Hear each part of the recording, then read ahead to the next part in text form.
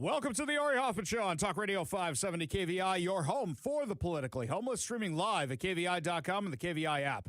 If you want to be part of the most dangerous show on the airwaves, call or text the KVI studio line at 206-421-5757. That's 206-421-5757. Coming up this hour, World Cup protesters are staging on King County property inside one of their buildings, as a matter of fact. But before we get to any of that, time for your daily dose of adrenaline. Into my heart? Are you f***ing nuts? So going into the weekend, President Trump promised that there would be a peace deal regarding Iran. Kept saying we were close and close and close. And I know a lot of you tune into the show because you want the perspective on what's going on in the Middle East. And unfortunately, I have some very, very bad news for you. Nobody's seen the deal yet. Sunday, big announcement from President Trump. We have a deal. We're ready to go. We can open the strait. Ships are going to be coming and going. Yeah, nobody has seen the deal yet. I assume President Trump has seen it. I assume Vice President J.D. Vance has seen it. I assume Marco Rubio has seen it. But they haven't released it to the media yet. In fact, they haven't released it to anybody yet. So there's a lot of speculation about what actually is in the deal. Let's go through what we want. By that, I mean you and me, the American taxpayer. Iran has been a terrorist threat since 1979. They have killed thousands of Americans. So we do not want them having a nuclear weapon. We do not want them pursuing a nuclear weapon. We do not want them buying a nuclear weapon. We do not even want them having the remnants of their nuclear program that were blown up by the bombers. We don't want that. That's number one. Two, we don't want them sponsoring terrorism. We don't want them sponsoring Hamas. We don't want them sponsoring Hezbollah. We don't want them sponsoring the Houthi rebels. We don't want them sponsoring any terror at all. Three, we don't want them shutting down the Strait of Hormuz. Don't want that. Four, once all those things have reached, we would like them to re-enter the world economy as normal people. Look, there are a bunch of terrible nations in the world economy right now, like Qatar. And yet they still participate in the world economy and don't really have to worry about what they're doing. That's what the U.S. wants. That is what the U.S. wants. What does Iran want? Well, Iran wants to be able to continue enriching uranium so they can develop a nuclear weapon. Iran wants all their assets unfrozen. Iran wants billions of dollars from other countries. And Iran wants to continue funding terrorism. Iran also wants to have the leverage over the Hormuz Strait, which they can close at any time to send the rest of the world oil market into crisis. I don't know who won yet. I see President Trump saying it's a win for America. I don't have anything to show me that it is. I see Iran claiming all these things that would make it the worst deal ever made. In fact, if anything Iran says is accurate, this is worse than Obama's nuclear deal. But I learned a very long time ago, don't believe anything Iran says ever. Iran has never won a war, but they have also never lost a negotiation. So who actually is winning here? Now, if the U.S. packed up their bags, picked up their ball, and went home today, the U.S. wins, sort of. What do I mean by that? If the U.S. says, okay, we're leaving the Persian Gulf, we're taking all the ships out, you can have the strait back, just reopen the sucker, and we're out of there, guess what? We set back their nuclear program by decades. We destroyed a whole bunch of their infrastructure. We took out multiple levels of their government, and we took out their Navy, their Air Force, everything else. That's a win. Is it the complete and total victory? Is it that? No, it's not. But did we eliminate the short-term threat? Yes, but it just means somebody else is going to have to go clean this up down the road. If you don't remove the sanctions, and if you don't give them any money, and if you don't give them a $300 billion to rebuild, then they're going to be just as worse off with their economy as they were before this. In fact, they'll be infinitely worse because now so many things have been destroyed. and they have to rebuild them. So they'll be in bad economic shape, and a wounded animal is very, very dangerous. And I will argue, while it's a win, it is not the complete and total victory we were promised. But we don't know. We don't know. What's the worst case scenario here? The worst case scenario is what Iran is pushing online is actually true. Is that the U.S. is going to relieve all sanctions in exchange for them opening up the Strait of Hormuz, which they can toll anytime they want, and the U.S. is going to unfreeze their assets and give them $300 billion to rebuild all the stuff that we blew up. I find it exceptionally unlikely that that is actually what we are doing. I find that very, very unlikely. Little pieces keep filtering out here and there. For example, J.D. Vance was on TV earlier today, and what he said is actually the Gulf states would be giving them the money to rebuild. And look, if other countries want to give them the money to rebuild, that's on them. Do we like that? Well, as long as they're not helping them build weapons, ballistic missiles, nuclear infrastructure, nuclear enrichment, uranium enrichment, then I guess we're okay with that. But this is a question of what is actually in the deal. We don't actually know. And then you've got another problem. Hezbollah is still attacking Israel. Now, is that the U.S.'s problem? No, that is Israel's problem. But Iran funds Hezbollah. Hezbollah continues to attack Israel, which means Israel is going to continue to retaliate against Hezbollah. And Iran keeps saying this is all part of the same war. No, it's really not. It's really, really not. Hezbollah right now is Israel's problem. Have they been America's problem? Absolutely. Do they chant death to America? Absolutely. Have they killed hundreds of Americans? Absolutely. So they are America's problem. And Iran is basically, they're doing the same thing Democrat politicians do when they get caught posting something on social media. Oh, that's not us. That's my personal account. That's my personal account over there. You mean your proxy that fights wars for you, which you fund? Yeah, that's still a problem. Over the weekend, it is Iran. Over the weekend, Hezbollah launched a drone attack on Israel. Israel retaliated against Beirut because if missiles were coming over the border from Mexico into Texas, Trump would napalm Mexico. But what happens instead? Trump says this morning's attack on Beirut should not have happened, particularly on a special day when we are so close to a peace deal with Iran.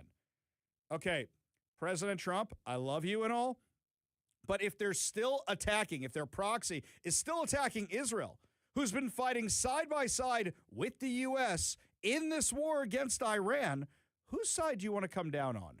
The terrorist regime and the number one state sponsor of terror, the terrorist organization that's killed hundreds of Americans in Lebanon, or the guys who've been fighting side by side with us to eliminate this world threat? President Trump continued, Israel has the right to defend itself against threats, but the attack it was responding to is very small and meaningless. Nobody was hurt, injured, or killed, and should not disrupt this important process. That's Iran thinking to themselves, how much can we poke the bear? How much can we poke Israel before they poke back? How much can we get away with? You remember at the beginning of the ceasefire? It was, oh, well, we didn't have time to tell everybody about the ceasefire. Oh, well, we couldn't get a hold of everybody about the ceasefire. So they kept launching at Israel, launching at Israel, launching at Israel. They did the same thing in launching at U.S. bases in our Gulf ally states. So, yeah, that is a big deal. And that's Iran telling them to do it because Hezbollah doesn't do anything without Iran's direction. So that's them trying to see how far they can push their limits, but also trying to see how far they can drive a wedge between Netanyahu and Trump. So you say you're close to this deal, but let's be real about it. Nobody's seen it yet. He says there should be no more attacks by Israel anywhere in Lebanon, but there should also be no more attacks by any other party, including Hezbollah, against Israel. Amen. This could be the beginning of a long and beautiful peace. Let's not blow it. Thank you for your attention to this matter, President Donald Trump. So then he comes out with the peace announcement, right, on Sunday.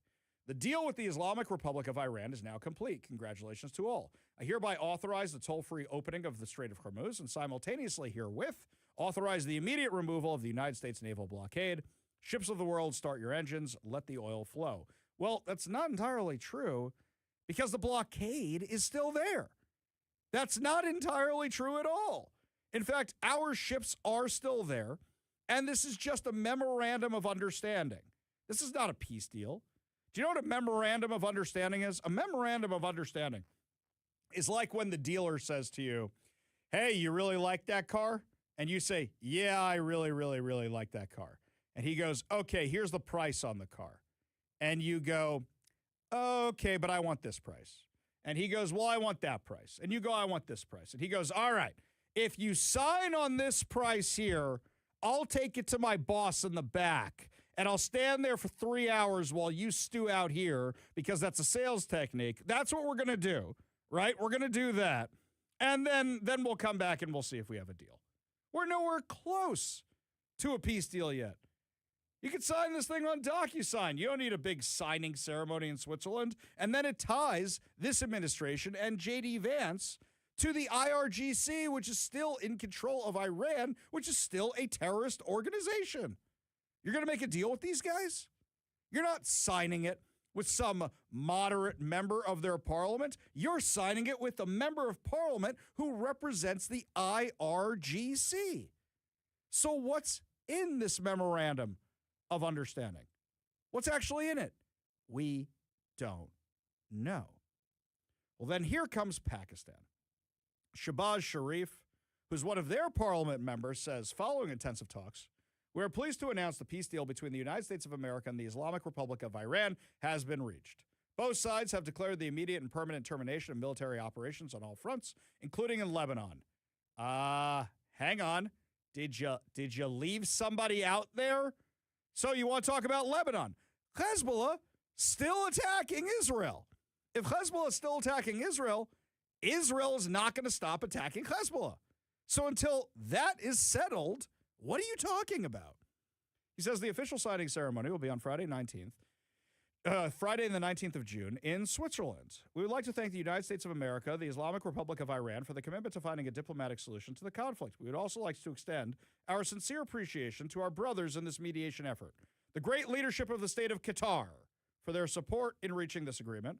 I'd also like to thank the visionary leadership of the Kingdom of Saudi Arabia and the Republic of Turkey for their immense contributions in this regard. Did you leave somebody else out there? So you have a deal which doesn't involve Israel. So how do you actually have a deal? Israel is still blowing the crap out of Hezbollah because they're still launching rockets and drones at Israel. You do not have a deal yet. You can say that you do, but you don't. Turkey funds terrorism. Saudi Arabia, it's which way is in our best interest? That's who we're going to back. And Qatar? Qatar was harboring the heads of Hamas after October 7th. And Qatar was making their demands about when hostages should be released. Pakistan, by the way, is basically just a shill for China. China wants their oil going through the Strait of Hormuz or they're in big trouble. So you have a shill for China, a terrorist country, another terrorist country, and a country that, well, are we going to back the terrorists today or are we not going to back the terrorists today, saying the war is over. Why should I believe any of this? I shouldn't believe a word of what anybody is saying right now. Now, do I sound mad? Well, I always sound mad. But here's the truth of it. Whatever you're seeing online, whatever anybody has said online, it's complete BS. It's like April Fool's Day out there. Do not believe anything. Half this stuff is Iranian propaganda. Half the stuff, can't believe I'm using this terminology, half the stuff is American propaganda, saying we don't want to say we gave on anything and we want the economy to improve. So right now, you can't believe anybody. What does the actual document say? And apparently this thing has already been signed on DocuSign or Google Docs or whatever it is, according to CNN. So then tell us what's actually in it. Why the delay? Why won't the administration tell us what's actually in this thing? So we've gotten little bits of pieces here and there. Here's the vice president talking about what might be in this thing, in theory, but we haven't actually seen it. Yeah, Gail, as you know, sometimes with these agreements, there are some diplomatic protocols, some technical things to work out. But we plan to release the full text this week. We want the American people to see it. But we've also seen, of course, some misreporting about what's actually in the agreement. We've seen some accurate reporting about what's in the agreement. I think the most important thing for the American people to appreciate is that what this agreement does is really twofold. On the one hand, it ensures that Iran will never have a nuclear weapon while simultaneously opening the Strait of Hormuz. You already see oil prices from a high of $126 a barrel down to about $80 a barrel today. That's a lot of progress. But it also, Gail, fundamentally extends a hand to Iran and says, look, if you guys are willing to honor your obligations, if you're willing to allow real inspections of your nuclear program, then we will welcome you back into the world economy. I think what the President of the United States wants to do is turn over a leaf of 47 years of a failed relationship between the United States and Iran, but that requires the Iranians to actually honor their end of the bargain. So when people say that billions of dollars of assets will be released, that's not true. What is true is that Iran will have a much better and much more prosperous future if they meet the obligations they make in this agreement. We'll, of course, see. That's one of the things we're going to work out in the technical talks that will follow the official signing on Friday. Okay, do you know what I took away from that? The deal's not done yet. So what did you guys actually sign? What did you actually sign? I have no idea. I take away from that the deal isn't done yet. And if there's still technical things to work out, is there even a deal? Are we going to get to Friday and then J.D. Vance is supposed to take off in Air Force Two, and then once again, there's no takeoff that day because you are negotiating with a terrorist regime? Now, we may come out of this, and I may say this is the best deal I've ever seen. The greatest deal. Never seen anything like it before. Or I might say this is the worst deal I've ever seen, or it might just be, okay, status quo. We don't know yet. We don't know because they haven't actually shown us what's in it. Now, if they say you get all the stuff based on performance, then fine. I got no problem with that. Saying, hey, Iran, if you stop attacking ships in the Strait, then you get this. And if you stand down Hezbollah, you get that. And if you give us the uranium, you get this. Okay, fine, I'm okay with that. Is it the perfect world? No, but we don't live in a perfect world. Is that really the direction we're going in here? Well, we already signed the deal digitally yesterday, and there's been no money released, and that won't change, George. Again, this is a performance-based thing. If we see the Iranians making, for example, taking action to eliminate their stockpile of enriched material, then yes, sanctions relief will follow. If we see the Iranians taking action to allow the kind of verification regime that we need to see to know that they're not going to build a nuclear weapon, yes, sanctions relief will follow. So this is really about walking down a pathway here where the Iranians will be welcomed into the world economy if they do the right thing.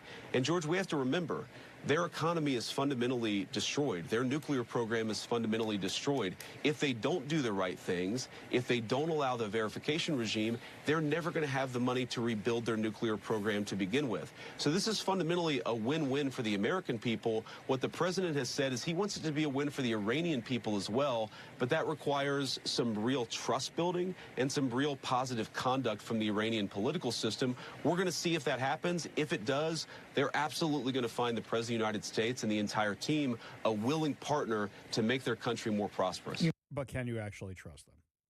We have 5 decades of that answer being no. You cannot trust the Iranian regime. Doesn't matter which Ayatollah is in charge. You can't actually trust them. So where does this leave us? Right now, we don't know. When we get the document, when we get the details, we will go through it with a fine-tooth comb. But right now, I'm going to leave you with this advice. Believe nothing. Nothing you're seeing online from anybody. Nothing anybody is saying in interviews. Don't believe anything. For all you know, there is no deal right now. Because come Friday, there may not even be a signing if they don't agree. Believe nothing until you actually see it in writing, until it's been agreed upon by both parties, and this is the official memorandum of understanding. And even if you get that memorandum of understanding, That's not a peace deal. That's just that little initial next to the dollar amount you gave the dealership. He's still got to take it back to management before you get to drive away with that car. That's where you're at in this process. We got a long way to go, my friends. We are not near the end of this by far. We'll keep you updated as we get the information, but until we get that information, just like April Fool's Day, believe no one, trust no one, except for maybe me. Lots more to discuss as the show continues, my friends. Up next, why are activists renting out storefronts from King County across from the World Cup to protest? Tell you all about it when we come back. You're listening to The Ari Hoffman Show.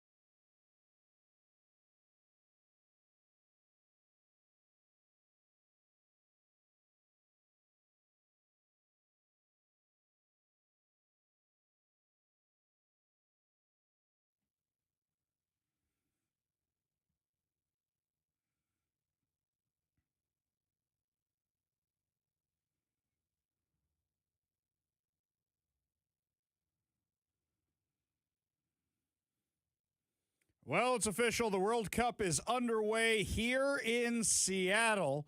And last night, I went walking the streets of Seattle with our friends Jonathan Cho and Andrea Suarez.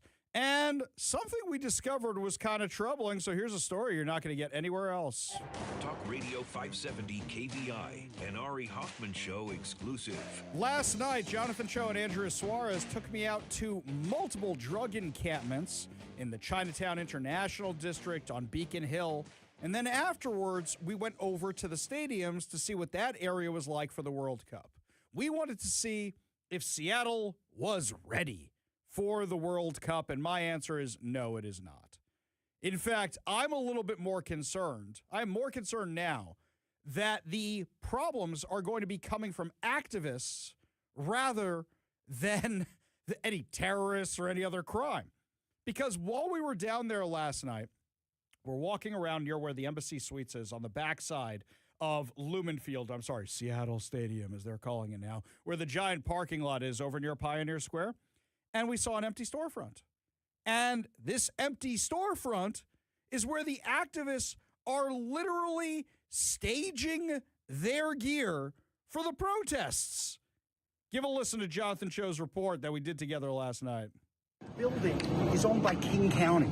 I went and spoke to one of the other people who's renting space over here. King County rented them this space for the World Cup, which means guess who's getting a request for comment? So Ari Hoffman and I are, doing last-minute checks on the city before the first World Cup match here in Seattle.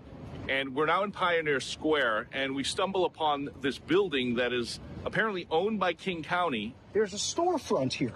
And in the storefront are all the signs for the activists. And if you look inside, there's piles of their placards in there. Megaphones. The megaphones there? They have a Yeah. table of megaphones. Yep. Which means they are getting ready to use this as a staging area for the protests for the World Cup. Now, On the ground floor, we see all these signs by Local 8. It's apparently a workers' union, and they plan on protesting the Embassy Suites. They're asking for better wages, a better contract. They hate ICE, they hate Trump. And of course, it's likely being led by Shama Sawan and all her people. At the very least, bring attention to their cause. right near King Station, right across from Lumen Field, in the heart of Seattle, they are ready to go, and this is their staging area. Well, okay, so here's what's so crazy. King County needs to make sure there are no disruptions whatsoever.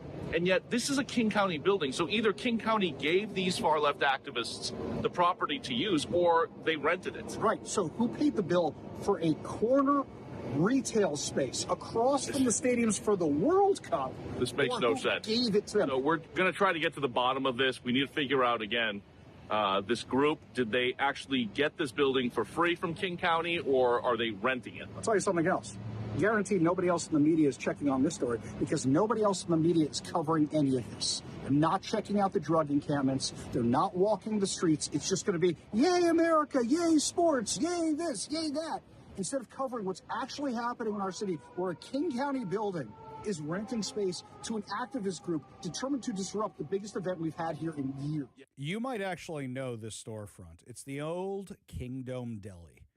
And now, not just did they have the placards on the ground, not just did they have banners and signs everywhere, but also on the old deli counter inside, there are buckets of pots and pans. They have the bullhorns sitting there on the tables. And outside, there are all these flyers for Shama Sawant and rent control. And there's all these signs for Antifa comparing MAGA to Nazis in the 1930s. You think all the activists aren't going to be using this as their staging location? It is literally steps away from the stadium. Steps away from the stadium. Now, Seattle Police Department, young Zach is out in the field, he sent us pictures today, has set up these designated protest zones where the protesters get to be. Do you have any faith that the protesters are going to remain in these zones? Do you have any faith whatsoever they're going to stay there? Because I actually think as of right now, unless we hear otherwise, this is the biggest threat. And here's something else. If King County owns that building, you have Teresa Mosqueda, who's one of the biggest protest champions. She's on the King County Council. Did they give them that space for free? Is it just some county lackey who doesn't even know who he's renting to? If they're actually renting it, who's paying for a corner space across from the World Cup? I have many questions, and it'd be really nice if a representative from King County would get back to us, but they haven't yet. I wonder if they didn't think anybody would actually uncover this. I don't see anybody on the mainstream media reporting on it. We go to the KVI studio line, take a call from Ron in Tacoma. Ron, what's going on, man? Can you spell campaign violation? We have to know who's actually doing it first before we can make that accusation. But, yeah, I'm curious about that myself. I have a pretty good suspicion, and I just wanted to say, hey, look, we can't believe anything the Democrats say any more than we can believe anything that these terrorists overseas are out here spewing, because they're on the forefront of all this nonsense. And I think that maybe in the future when we negotiate with the Democrat Party, we need to do it like Trump and make damn sure that if they don't do what they say, we have ramifications to stop anything that we had going on with them, just like the rest of the terrorists in this country and the world. Yeah, I completely agree. We're negotiating with a terrorist organization. What happened to not negotiating with terrorists? Ron, appreciate the call. Appreciate you being part of the show. You want to be part of the show, you give us a call or a text at 206-421-5757. That's 206-421-5757. Dan says the IRGC still exists. They're the Black Knight, Baghdad Bob, the Knights who say knee, and a crazy Sicilian. I see where you're going with that. I say we should Mortal Kombat them. Total annihilation. Yeah, see, this is the issue. This one here, John in Lakewood says, I'm hoping Trump is still playing 5D chess and can prove it by ending negotiation now, resuming kinetic action till Iran's destroyed, take over Karg Island. Waste Iran till they unconditionally surrender, which is what we were promised. Here's Rob in Lakewood wants to know why King County owns retail buildings. Well, actually, I think it's offices above, and I think there's retail underneath. But you should be asking yourself, how much space does King County actually need for their offices? Yes, that's a very good question. A very, very good question. El Darthbo says until the mullahs or whatever they are called sign a solemn pledge renouncing death to America, death to Israel for all time's sake, then President Trump should take a bucket of sand to this meeting in Switzerland on Friday with instructions for the Iranians on how to use it. And if they are too dumb to figure it out, tell them to pound it. Yeah, that seems to be the general consensus from everybody over on the KVI text line today. When we come back, my friends, big UFC fight on the White House lawn. And yet the left is all mad about it, saying we're disgracing the White House. I seem to remember a few events where you guys did other things at the White House. Tell you all about it when we come back. You'll listen to the Ari Hoffman Show on Talk Radio 570 KVI.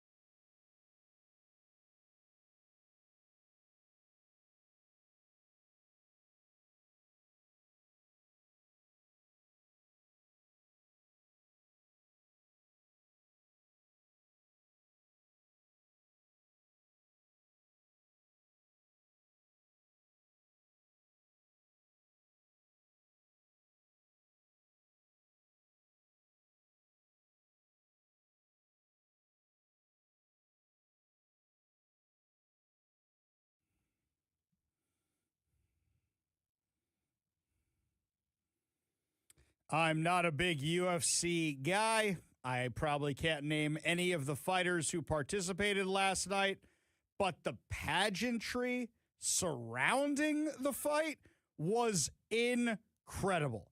Absolutely incredible. At the beginning, where you've got members of the armed forces in the crowd, and you've got the motocross on the White House lawn, and you've got that massive flyover of the Blue Angels and the Thunderbirds perfectly timed for the end of the national anthem. It was incredible.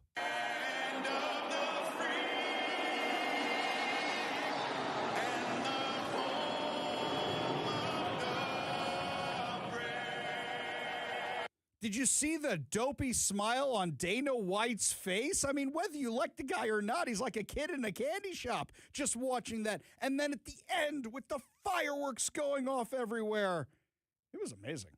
It was amazing. American flags everywhere, Americana everywhere. And if you're mad about a fight on the White House lawn, Teddy Roosevelt was literally in a bout that he hosted on the White House front lawn. So I don't want to hear about it, Hillary Clinton. You talk about defiling the White House. Can we talk about the Oval Office for a second? Can we talk about stealing cutlery? Can we talk about stealing furniture? Or how about Joe Biden with his naked trans people on the front lawn? I don't want to hear about defiling the White House. Now for the actual UFC review of this portion, we go to Mr. KVI himself. Kevin, what did you think? I don't really watch that garbage anymore. I thought you like all that I stuff. used to, but now they've kind of watered it down. They've got new owners and everything. There's like 1, 2, 3 a weekend. They all wear the same stuff. I can't keep, but I'll give it to him. Yeah. The main event was really solid. Justin Gaethje doing his thing. Wasn't supposed to win. Some places had him a 6-1 underdog. Pulled it off and beat Ilia Topuria, who's been like, people think of this generation, one of the best out there. It broke him down. The guy quit on his stool. Awesome. Pretty amazing night, yeah. See, these are things I don't understand because I didn't even watch the fight. I watched everything in the beginning. I watched everything at the end. And then I watched a few of the, like this moment where one of them, what's this guy's name? Josh Hokett? Is that his name? Yeah. See, I don't know. He's kind of an up-and-comer heavyweight guy. Yeah. He's undefeated. He's very performative. He did some stuff at the weigh-in. He came out pretending he was drunk, vomiting on himself. Yeah. I mean, this is what this has become to me. I like the fighting. Mm-hmm. I like the skill of it. But then now everything's performative. Yeah. You got to get clicks because guess what? They're not paid very well. I was going to say, that would be my guess too. So he was clearly going for the clicks. And I actually think, as funny as this was, it's so performative, I think it actually took away from the event, and I'll tell you why President Trump thought so in a second. Here's what he said after the bout. And lastly, Michelle Obama is a man. Okay. He gave Trump his necklace, this big gold gaudy thing, and Trump actually took it off after that. Because even Trump's like, dude, really? We host you here and you kind of embarrass your host and you're just doing it for the clicks? Yeah. Aside from that, it was pretty spectacular, I thought. It was pretty awesome. Alex Pereira lost. I didn't like that. Yeah. You know. So was that expected? No. I mean, kind of. He's a kickboxer. He won the middleweight belt. He's won the light heavyweight belt, and he was trying to jump up to heavyweight. Mm-hmm. And get an interim belt there. Yeah. That's like, that's unheard of, by the way, jumping up that many weight classes in a short amount of time. Couldn't get it done. He got knocked out. Gotcha. But watching the fight, when you're actually watching the fight, did it look like a normal fight aside from the background? It looked like the normal deal, the same kind of stuff? Yeah. Actually, even with the claws, what they're calling it, that the big kind thing of dome overhead. structure. Yeah. It kind of almost seemed like you were in an arena. Yeah, visually it was spectacular. And also the left going, oh my God, it's going to be a mosquito infestation and it's going to be thunderstorms and the whole thing's going to be rained out. Guys, you may want to actually rekindle your relationship with God because if you're praying for those things, your prayers didn't work out so well because none of that happened. Yeah, it's funny because they were talking about how they were going to push it back an hour because of the thunderstorms coming in. But then last minute they decided not to, and I don't think it rained at all. Actually, what's funny is if you look at the weather map, somebody posted this online, it actually split around Washington. Like the storms went to the sides. And I'm subscribed to the White House press pool now, so I get their daily press updates because we're going to be going to D.C., please God, for the July 4th thing, and I'm even more excited about that. But what's funny is I was getting updates on all this, and I didn't know what any of it meant because I don't do the UFC stuff. But they comment on everything in the press pool. Whoever it is, whoever's turn it is that day to update the press pool, they comment on everything. And one of them goes, they're playing Thunderstruck. Probably not the best omen when you're expecting thunder showers. They comment on everything. It's kind of funny. But overall, visually spectacular. I posted a few of the really great clips over on social media, over on X, at the Hoffather over on X. You can go check it out over there. Lots more to discuss as the show continues, my friends. Up next, the Democrats remove the words mom and dad, mother and father for being offensive. I kid you not. This is the world we live in now. Give you all the details when we come back. You're listening to the Ari Hoffman Show on Talk Radio 570 KVI.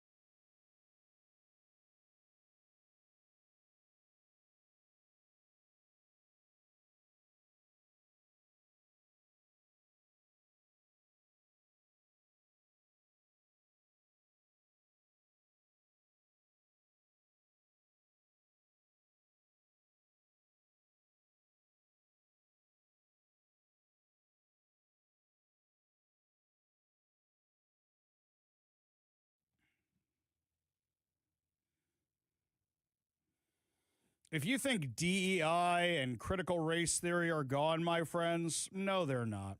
The second a Democrat takes back the White House or they take back Congress or anything else, it's going to come roaring back with a vengeance. How do I know this? A new piece of legislation by New York Democrats replaces the word mother with gestating parent in a number of state laws. The law erases the word mother as well as father. The latter term has been changed to non-gestating parent. The bill will now go to New York Governor Kathy Hochul's desk for signature. Guys, no matter how many words you change, men cannot get pregnant. What is the worst Arnold Schwarzenegger movie ever made? Okay, you may have your own thoughts, but my opinion is Junior. That is a terrible movie. It was a bad idea then. It's a bad idea now. And I don't think there's any miracle drug that can make actual men get pregnant. So please tell me whenever you see this, man delivers a baby. No, it's a woman who thinks she's a man. Can we be real about this? The supposed gender-neutral rewrite of the laws was passed by Democrats last week in the state legislature. Paternity cases will now be known as parentage cases under the bill. What's Maury Povich supposed to do? Maury Povich tapes in New York.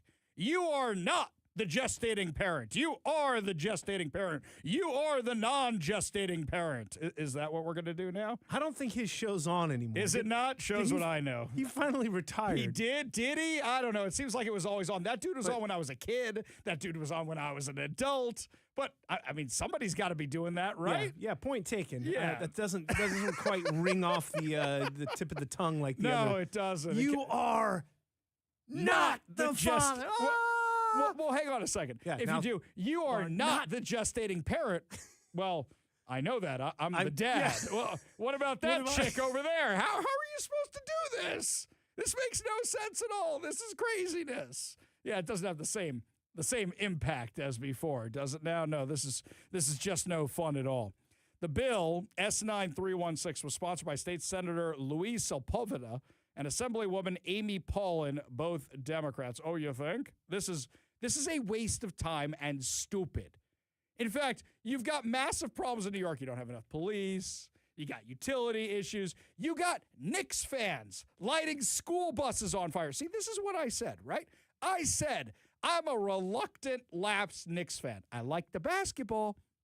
I don't like being in the same fandom as Yankee fans. That is what you saw on full display in New York City the other night. So I didn't know the score of the game. It's the Sabbath for me. So I'm completely offline, completely detached, and some little kid comes into the synagogue, and some little kid comes up to me and goes, Mr. Hoffman. And I'm like, yeah, what's up, kid? And he goes, the Knicks just won the finals. And I'm in the middle of a speech, so I can't go, woohoo. But at the same time, I said, oh, wait a second. That means the riot is going to start any minute. And you know what's after that? The Puerto Rican Day Parade, which is notoriously one of the most crime-ridden days in New York City. So you've got this riot on Saturday night. Did you see the video footage of the one bus driver who's standing in front of the school bus going, they're going to take it out of my salary. They're going to take it out of my salary. And they're destroying the school bus anyway? What does burning out a school bus have to do with the Knicks winning the finals? It almost makes me mad that they did, because that kind of stuff just ruins it for everybody. That's Mom Donnie's New York City. Do whatever you want. Do whatever you want. License to thrill, but not in a good way. That's Mom Donnie's New York City. What's the parade going to be like? What day is the parade? Tuesday? Wednesday? Something like that? So you're going to have the parade, and you're going to have another round of this psychosis? You don't have enough police officers, and people know. Odds are they're not going to do anything to them anyway. Look, 60 people were arrested. How many of them are going to be released? How many of them are not going to be charged in Zoran Mamdani's New York City? Speaking of people not getting charged, up next, my friends, I took a tour through Seattle's most notorious drug encampments last night, and I've got the horror stories for you. And anybody who says this is a housing crisis has no idea what the hell they're talking about. I'll give you all the details when we come back. You're listening to the Ari Hoffman Show on Talk Radio 570 KVI.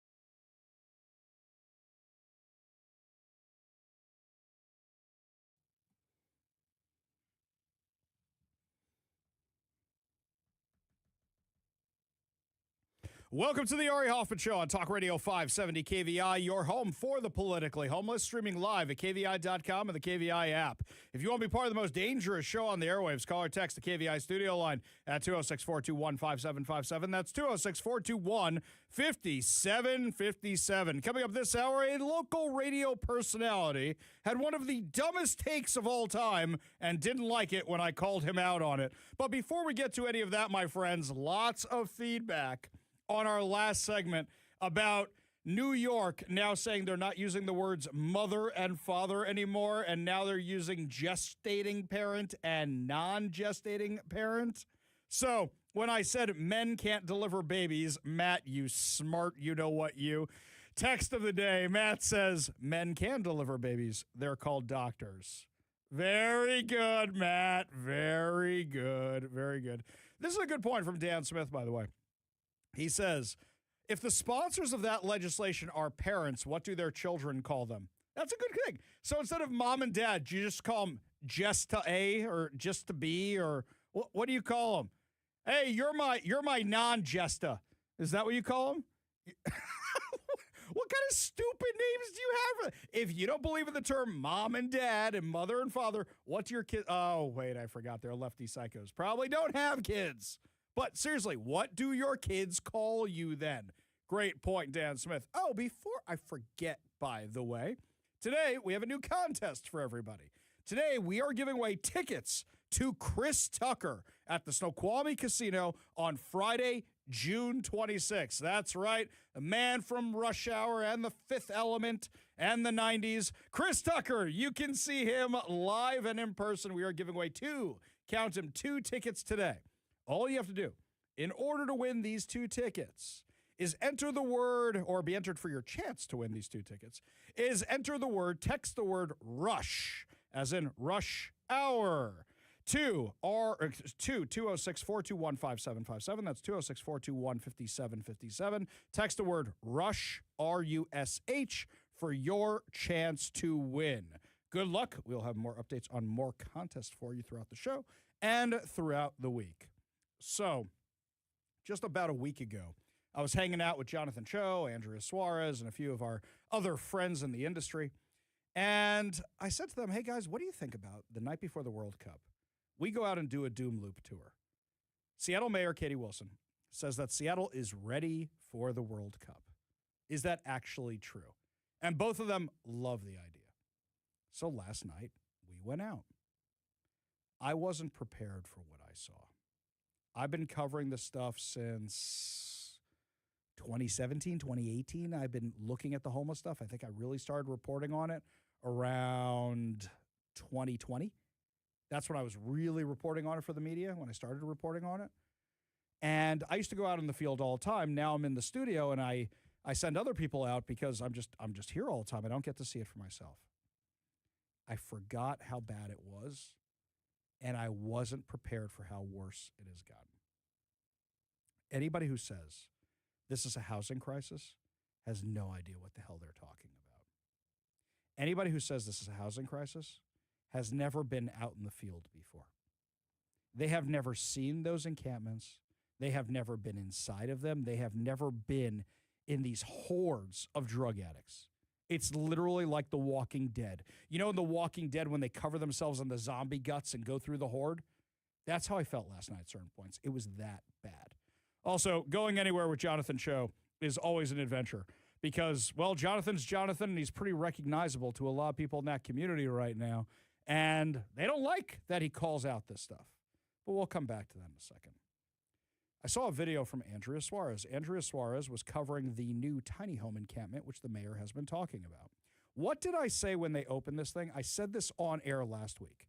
I said, just because you opened it doesn't mean anybody's actually living in it.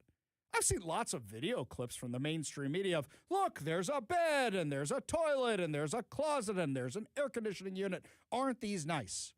But I don't actually see anybody living in these things.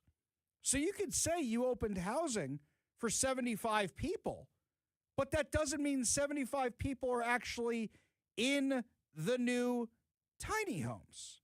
So what have you actually accomplished? Well, you've wasted a lot of taxpayer money and accomplished nothing. Because the majority of people, when they are offered services, reject them. I saw this firsthand with Andrea last night. She was offering services to everybody she possibly could on the streets. Andrea, over the weekend, went to check out this new tiny home village, and guess what she found? Thought I'd do a little drive-by the Bayview Pallet Shelter Village to see if anybody's moved in, and I do not see evidence of anybody moved in yet. However, I see a couple staffers in the office and still some people setting up tables, among other things, and a lot of people curious, a lot of drive-bys, and a lot of empty pallet shelter units cooking in the heat. So we are keeping a lot of curious community members apprised of what's going on. We are being asked to give updates, and as it sits right now, there does not look to be any residents moved in yet. So they built this thing for 75 people, and nobody's there. They basically have them living in outhouses. This has made national news because of how stupid it is. And I ask any Seattle official, if it was your kid who was out on the streets, would you want them living in one of these tiny homes? No, of course not. But you can't get them to go into the tiny homes because this isn't a homeless problem. This is a drug problem. So last night, I said to Cho, where should I meet you? And Cho says, meet me in the belly of the beast. We're going right to 12th and Jackson. That's where we're going to meet. Now, Cho had to drive around and looking for parking for a little bit because there's only so many safe places to leave your car. And 12th and Jackson, right there in the Chinatown International District, is one of the worst spots in town. You've probably driven past it. Hordes of zombie people. That's what it is. And they're on the corner. So I went to the corner where there were no hordes of zombie people just to watch. And while in the 10, 15 minutes I was waiting for Cho to find a parking spot, I saw dozens of people lighting up fentanyl. I saw dozens of drug deals go down. I saw one addict go over to some transit cops. And it looks like they went to their car to get him something and then give it to him, and then he left. And then the transit cops left. I was kind of curious what they were giving out. I asked Cho and Andrea, and they said, oh, probably Narcan or some other clean drug use thing. That's what the transit cops do. They're just giving that stuff out, enabling this behavior. I saw multiple drug deals go down. It's a cesspool. It's an absolute cesspool. But in looking at the people, most of them aren't homeless. Most of them are products of the environment here in Seattle, of the housing first model. Sure, these places have these guys have a place to go, but there's no requirements for them. So they don't get drug treatment. So they don't get mental health services. So nobody checks if they have a felony warrant. And as a result, they're just living on our taxpayer dollars. And then I saw something even crazier.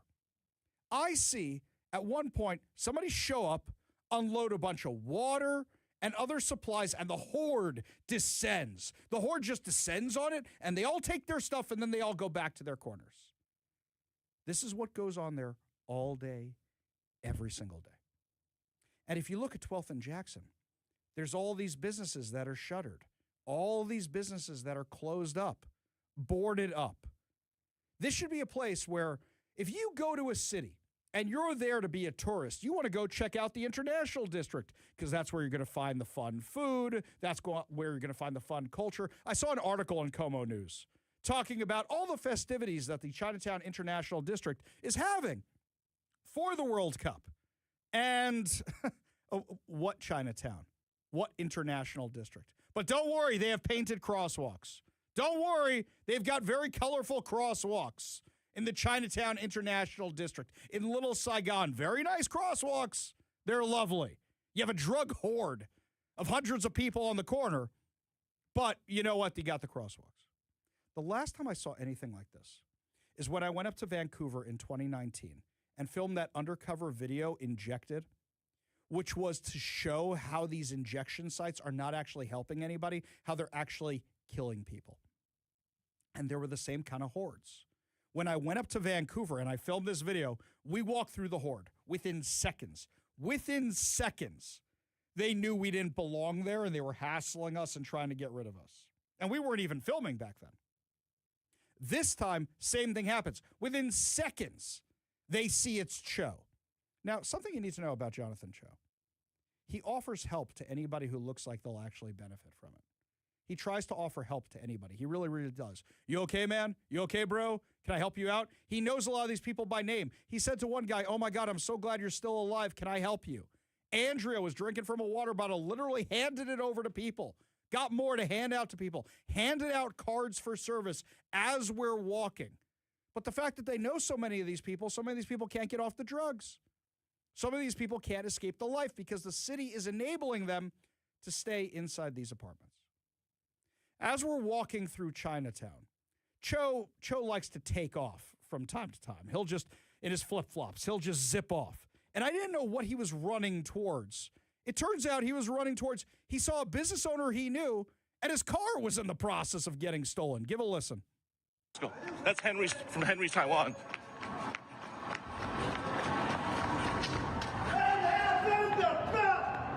What's going on? Stealing my car.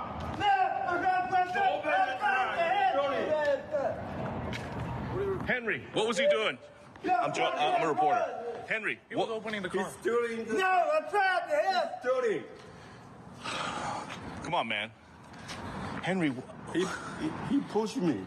He opened my car door, then go inside to try to steal it. Henry, how are you staying in business right now, man? I can. You know how much I lose every month? Over $2,000 a month. I lost.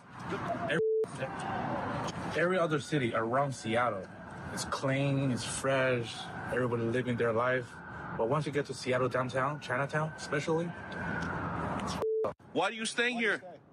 Because I protect the buildings. They're all homeless people in here. If I'm not here, they're all homeless. This is crazy. They tried to kill me. I gave him my wallet. I said, I give you the money. Go away. whatever the city hall is doing is up. It's so up. Like, if you want the Seattle to be better, this is not going to work. These are minority business owners. These are Asian business owners. And Seattle's policies have completely destroyed the area. Don't forget, over a decade ago, they put in the Navigation Center, which they claim was going to help deal with the drug problem. Instead, it attracted druggies to the area, and the area has never recovered even after the Navigation Center closed. Because what was going on in there? Enablement. Enabling the addicts, enabling the vagrants, giving whatever they needed to continue being addicts, to continue being vagrants. The most terrifying part of last night was when we went through Lewis Park. Lewis Park, for those of you who know the area, you may not even know Lewis Park is there. You know when you're coming down from Beacon Hill and you're coming into Chinatown, you come across the Dr. Jose Rizal Bridge, that overpass there, and you're coming down into Chinatown, there's a park on your right there. It's basically a trail through forests. That's what it is. It probably used to be a really nice hiking trail. Probably used to be. Cho said to me before we went in there, if I run, you run. That's really words of encouragement right there. If I run, you run. And we go into this place, and it was getting dark already, so it's this place at night. And you go in, and you just see the length of the thing. People are lighting up fentanyl. The length of the thing. And Cho told me that this is where the Honduran drug dealers are dealing to their customers. And when we first get in, Andrea goes, does anybody need services? Anybody need services?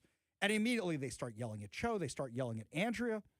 They started throwing Ben & Jerry's ice cream at Andrea and Cho is what happens here. And these addicts keep coming up to us. Don't go in there. Don't go in there. It's not safe for you. Don't go in there. It's not safe for you. Don't go in there. Don't go in there. It's not safe for you. You don't belong. Don't go in there. It's not safe for you. It was so dangerous, we couldn't walk more than a few steps before they started getting attacked. And we had to leave, walk around the outside, come in from the other side. We came in from the other side of this park. And what happens is, over there's another druggie. You shouldn't be here. You shouldn't be here. Don't go in there. It's dangerous. Don't go in there. What are you doing here? What are you doing here? I have never seen such squalor. I have never seen such rampant drug use. And they have fully occupied this park. Nobody who's normal has been in that park in years. You could clean up the drug scene tomorrow if you sent the police there. Unfortunately, we barely saw any cops last night. You know the only ones we saw? There was a stabbing in one of the encampments, so we saw the police dealing with that. We saw them nearby. Aside from that, aside from transit cops who are probably enabling this behavior, nothing like that. So Andrea Suarez actually followed up with Councilmember Lynn.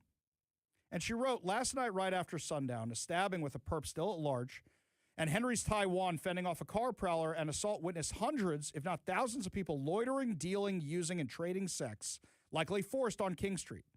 At least 200 people alone were at Lewis Park, where I was assaulted with a pint of ice cream in my face. People are hot, dehydrated, high, malnourished, and preyed upon. Oh, I forgot. There was a guy totally naked on the ground who looked like he was just wasting away and dying. The amount of times Andrea had to call 911 while we were doing this was insane. She says it was pitch black in the parks. Lighting would be an immediate help. Law enforcement and prosecution. Prosecution, longer jail times or treatment. This is how this can be drastically improved. Narcotic use in the parks should move to felony level charges. Forced treatment does work. Ricky's Law will save lives. Lowering the threshold to fentanyl is immediate danger to self and others. 20 people have died of overdose in King County since May. It's safe to say the population of the park addicted to those lethal drugs need a level of intervention beyond accelerated shelter. The emergency is not housing shortages or costs. It is the drugs. How do we know that? There is a tiny home encampment with 75 homes available today. Today, that is completely empty. And the saddest thing I saw yesterday, there are these illegal aliens who are giving out food to the addicts. And I thought to myself, isn't that nice? And then I realized, oh no, that's not what's happening. They're giving out food to the addicts, so the addicts come to them to buy their drugs. And there was a girl there, black girl, couldn't have been more than 15, 16 years old, who was clearly being trafficked. Andrea offered her help. Andrea tried to get her out of there. She lied to us. She told us she was 27. Clearly being trafficked. She wasn't the only person we saw being trafficked. She was holding in her hands fentanyl and the foil and the pie, everything that goes with it. 15, 16-year-old girl lying about her age. Made me cry. I thought about my daughter. I thought if, God forbid, that was my daughter, how we'd want to help her, how somebody would want to help her. But this girl is trapped in the life. This is what is being paid for with your taxpayer dollars. This is what is being enabled on the streets of Seattle. And through all of it, you could see the stadiums because they're only blocks away. You could see the stadiums through all of it. All of it. And nobody was doing anything. So when people knock on Jonathan Cho or Andrea Suarez, they were trying to help people. Jonathan Cho doesn't just document this. He tries to help people. Andrea Suarez, this is now her full-time gig, trying to help people. But blocks away from where the World Cup is happening, you have the third world, in fact, worse than some of the countries that people came from to watch the World Cup happening on our streets. It is not a housing problem. It is a massive drug problem. Didn't see any tents while I was out there. Saw tons of drugs, smelled tons of drugs, saw the smoke from tons of drugs, saw the dealing, saw everything that's part of it. Anybody who is dumb enough to say this is a housing problem has never walked in Jonathan Cho's flip-flops, has never walked in Andrea Suarez's shoes, has never actually gone out there themselves and seen it with their own two eyes. Or you know right away, this is not a housing problem. This is a drug problem. That's how bad this actually is, rather than anything else they tell you. Lots more to discuss as the show continues. When we come back, my friends, a local radio personality had one of the dumbest takes of all time on social media and really didn't like it when I called him out. I'll tell you what happened when we come back, plus a whole lot more and more chances to win. You're listening to The Ari Hoffman Show on Talk Radio 570 KVI.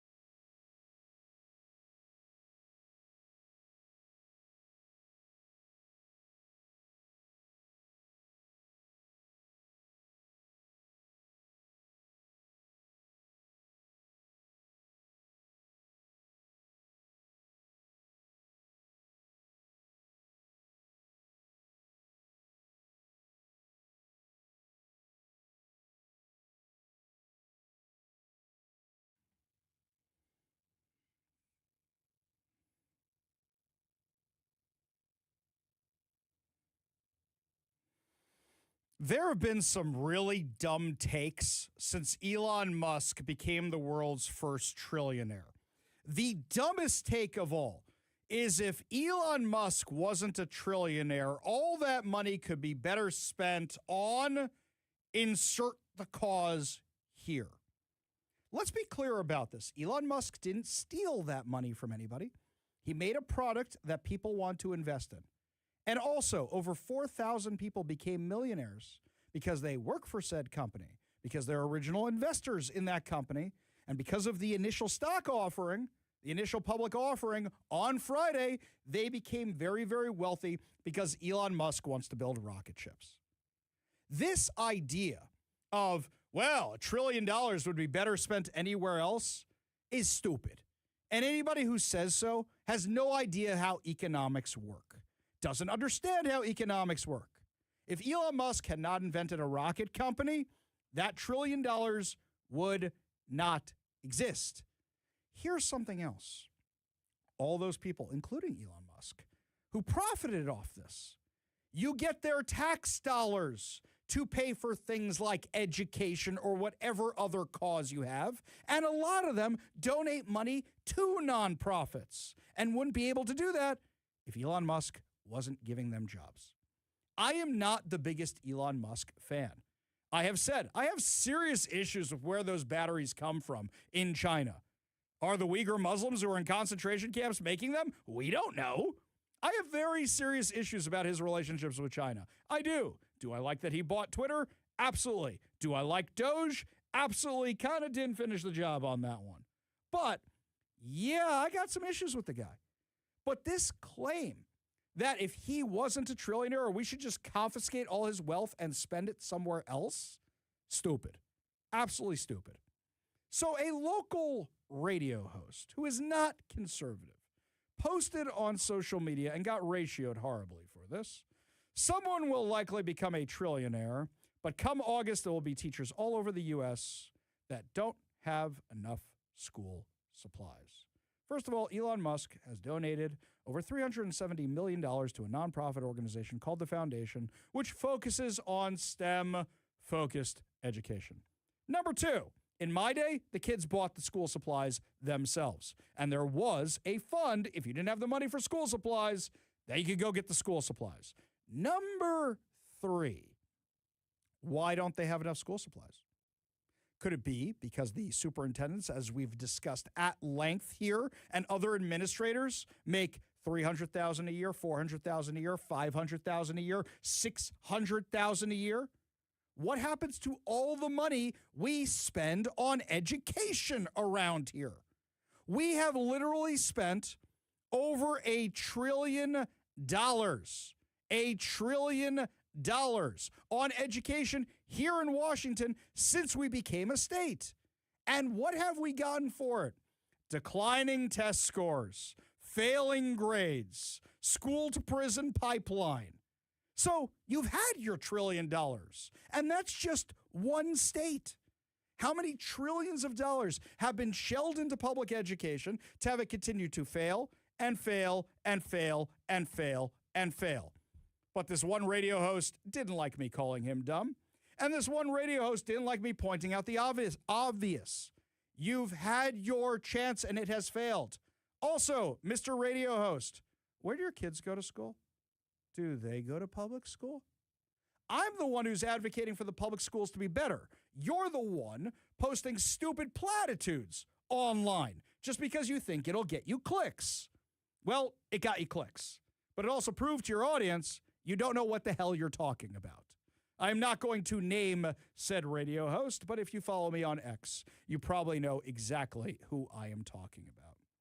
Lots of feedback to my latest report about going into the homeless encampments, which is this one here from Elaine.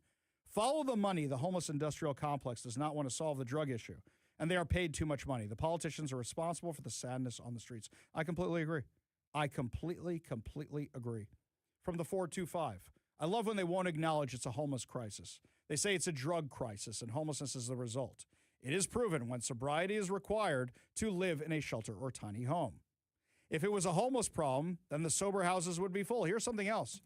If it was a housing problem, then all these places would be full that they have opened, and there is nobody in them.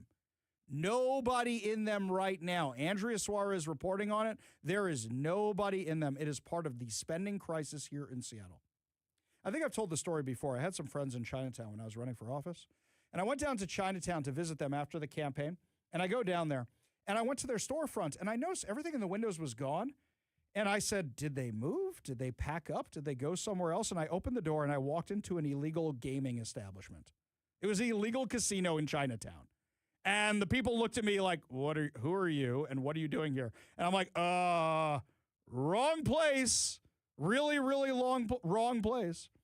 When you go to any city, you know that going to Chinatown, going to the International District is where you want to go for the best cuisine and stuff. That's where you want to go. And yet, here, you can't go there. It's not safe because the city destroyed it. The city policies have completely destroyed it. Up next, my friends, Gavin Newsom claims that Trump is weaponizing the Department of Justice to go after him. There's just a few little problems, including the fact that the investigation was started under a different president. That's how long he's been allegedly corrupt for. Tell you all about it when we come back. You're listening to The Ari Hoffman Show on Talk Radio 570 KVI.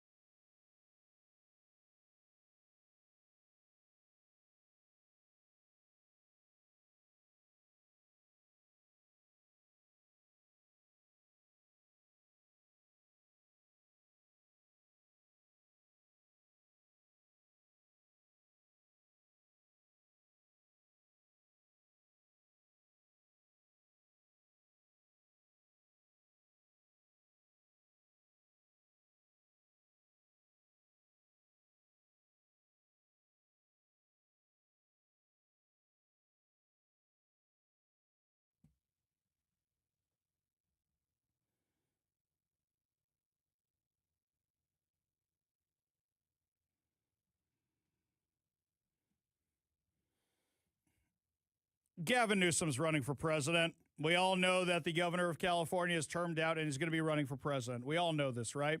So he is doing anything he can to get media attention. So today he comes out with this big announcement because this is a guy who loves to take on Trump. In fact, he tried doing the Trump style of tweeting, but didn't really work that well for him. He's trying to just dunk on everybody. It doesn't really come off so well when there are poop maps of cities in your state. That doesn't work so well. So Gavin Newsom comes out with this big press announcement. Big, huge press announcement. The biggest press announcement ever, that Donald Trump is using the DOJ, weaponizing the DOJ to come after him. I'm going to play a little bit of this audio here, and then I'm going to tell you what's wrong with it. In recent days, federal agents have knocked on the doors of family, friends, and former employees. Not because they found a crime, because they're simply trying to find one. They're demanding records. They're abusing the grand jury process, digging through years and years of random documents. Donald Trump isn't just coming after me because of my mean tweets.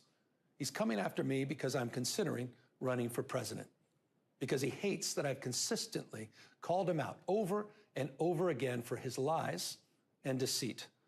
Donald Trump is simply the most corrupt president in American history.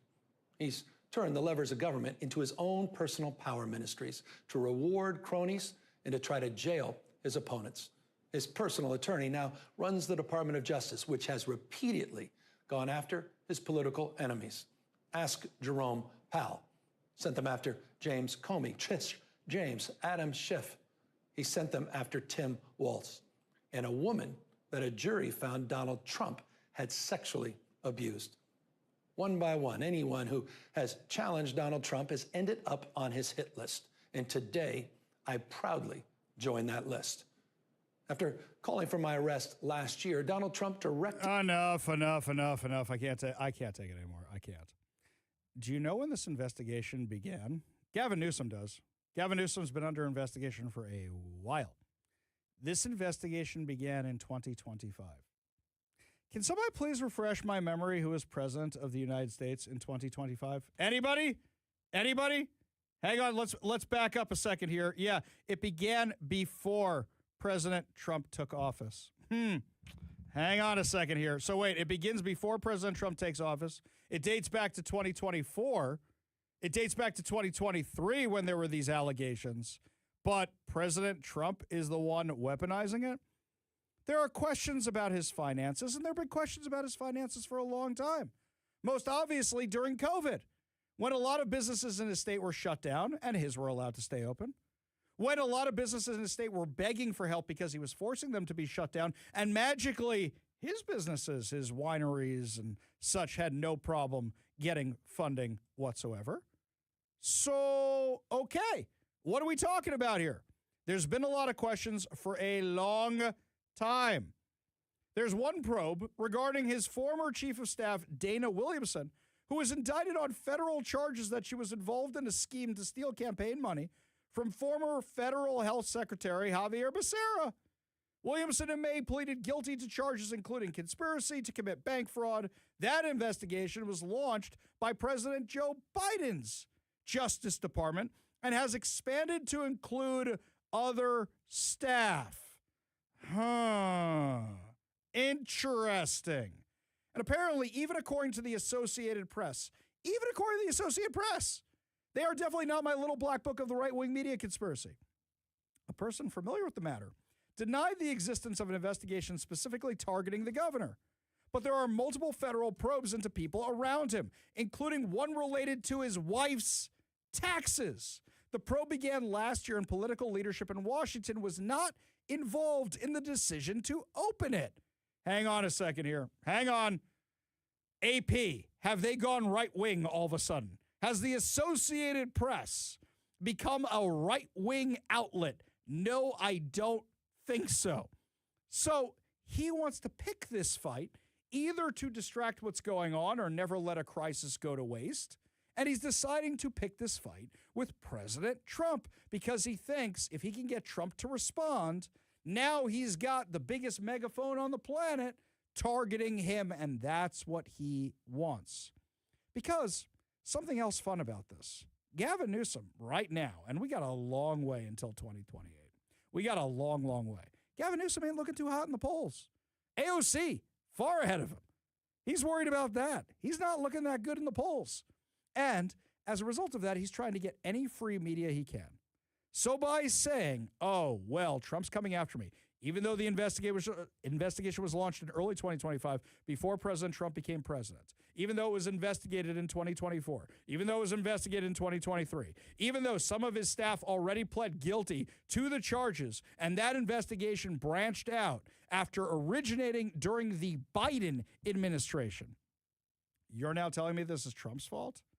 I mean, it's kind of like Thanos in the Avengers. I don't even know who you are. Granted, we know that President Trump knows who Gavin Newsom is.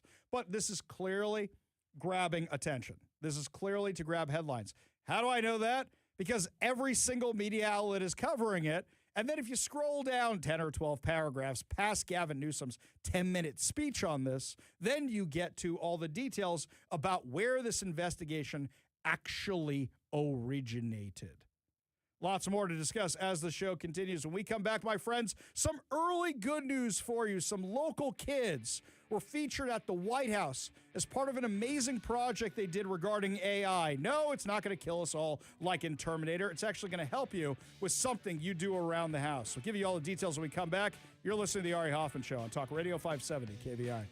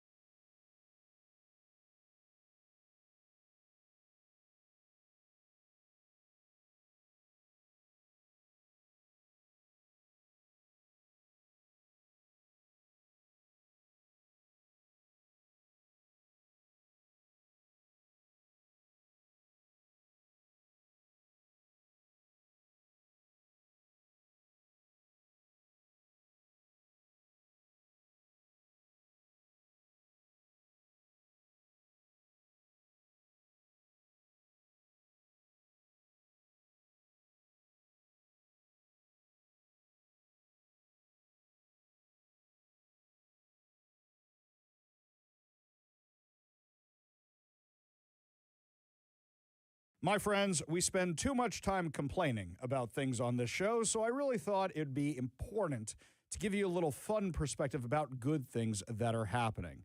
Now, our First Lady, Melania Trump, was very, very proud to introduce a few students about this AI challenge they are having. They did this project called Skill Up. They're out of North Star Middle School right here in Sammamish, Washington, talking about how they can make these programs to make everybody's lives better. Joining me now on the KVI studio line is Viha Iyer, Arya Prutap, and Shri Mai Shetty. Thank you so much for being with us today. Thank you. Thank you for having us. Such a pleasure. So, Viha, I'm going to start with you. Tell us about the project that you guys are doing. So, SkillUp is an app that makes complicated handiwork like crocheting or embroidery or knitting easier to understand and follow using AI-generated tutorials and real-time feedback. Okay, so this isn't the kind of AI that's going to kill us all like in the movies, right? This is to help you out, be like a personal assistant, right? Yeah. Okay, all right, just making sure, because some people get scared about that kind of stuff. Okay, Arya, I'll pivot over to you. How'd you guys come up with this idea? So we all were like really trying to learn new crafts because it was our school project and we were all stuck on crochet. And we realized that it would be really easy if we could find real tutorials that could actually help us instead of just droning on and on about their life story. And so we came up with this solution. So, Shrimai, I assume you guys are tired of influencers who just talk about restaurant openings and fashion and such. And you said, who's actually going to give me practical advice? Is that kind of where this came from? Yeah, so we realized that sometimes a problem with tutorials is that you don't get enough live feedback. The thing is that if you don't understand where you went wrong in a tutorial, like, oh, I accidentally made 3 knots instead of 2, then you'll be asking and you won't have the right answer because the content providers, like the people who make the tutorials, they probably won't get back to you until like a very long time. So we came up with this idea where we'll have live feedback where you can get feedback right away, real time. Gotcha. Now, this is very important to me, and I'm going to show you why.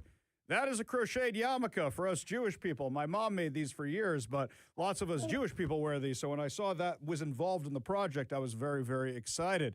So we're talking with the girls from North Star Middle School for their project Skill Up, which was just highlighted nationally by the White House, which is just an incredible thing. So Viha, why don't you tell me about the experience of being on a national competition stage?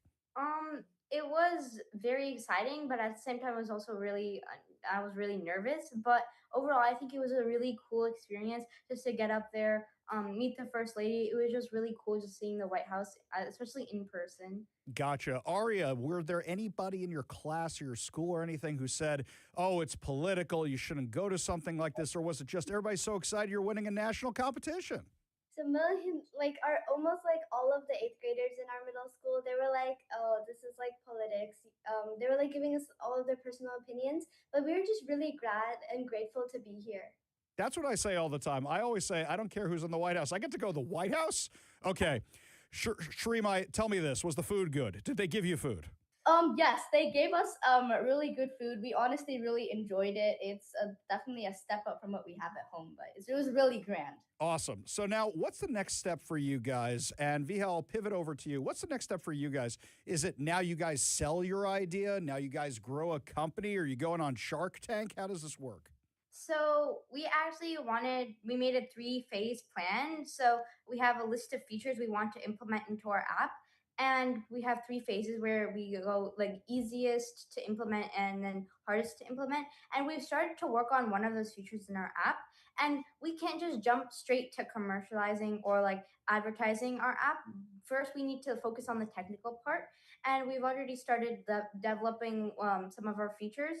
And we want to focus on that. You know, this is a process of trial and error, and we want our real users to actually test our app and see if this is what is necessary for them, and what feedback they give us will improve our app based on that. Now, Arya, this isn't necessarily something that a lot of young people are doing, but this is something that a lot of people who are older than me are doing. I know a lot of people who crochet at that age. Maybe in your school it's a little different. Maybe kids like to use their hands more rather than for cell phones, but for actual practical skills. So is this something that somebody who may not be the most technological savvy will be able to interact with easily?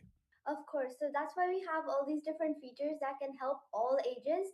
And especially in our community, we do have a lot of young crocheters and really professionals at our young ages. And so our app can really help with any age. And if you don't have much experience with technology, it'll just really help you because all these features are meant to be easily navigated. Gotcha.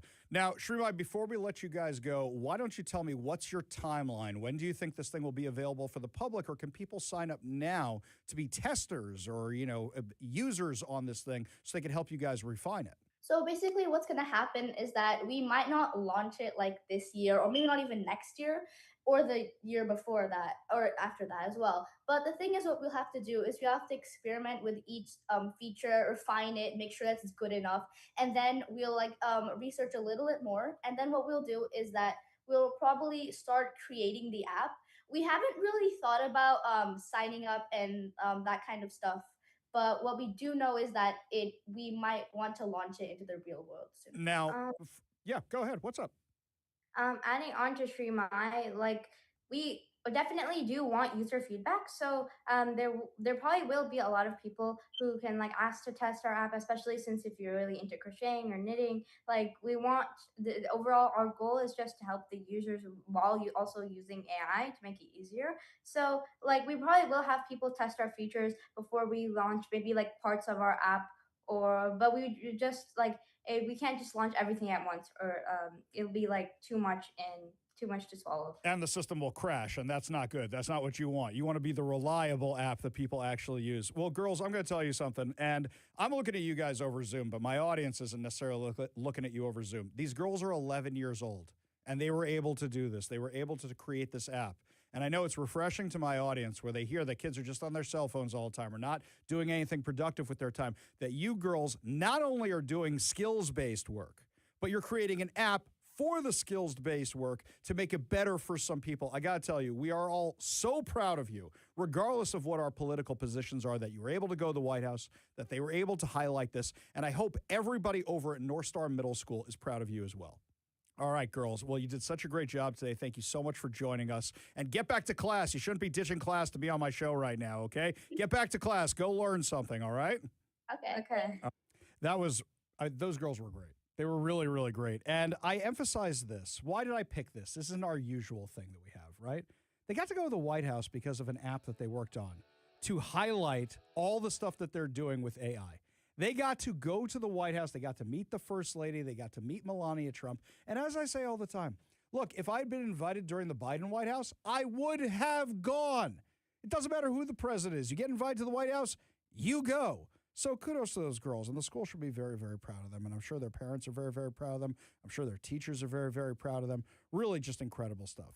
Just want to remind everybody, by the way, we have 2 contests going on right now. The first contest, as I mentioned earlier, is we are giving away 2 tickets to see Chris Tucker at the Snoqualmie Casino on Friday, June 26th. Now, the way to enter this contest is you text the keyword that I give you to the number I give you.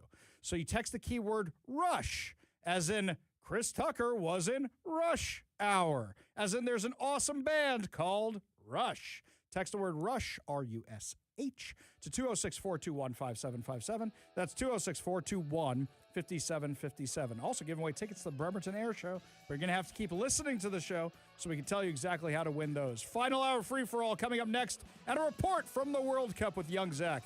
You're listening to the Ari Hoffman Show on Talk Radio 570 KVI.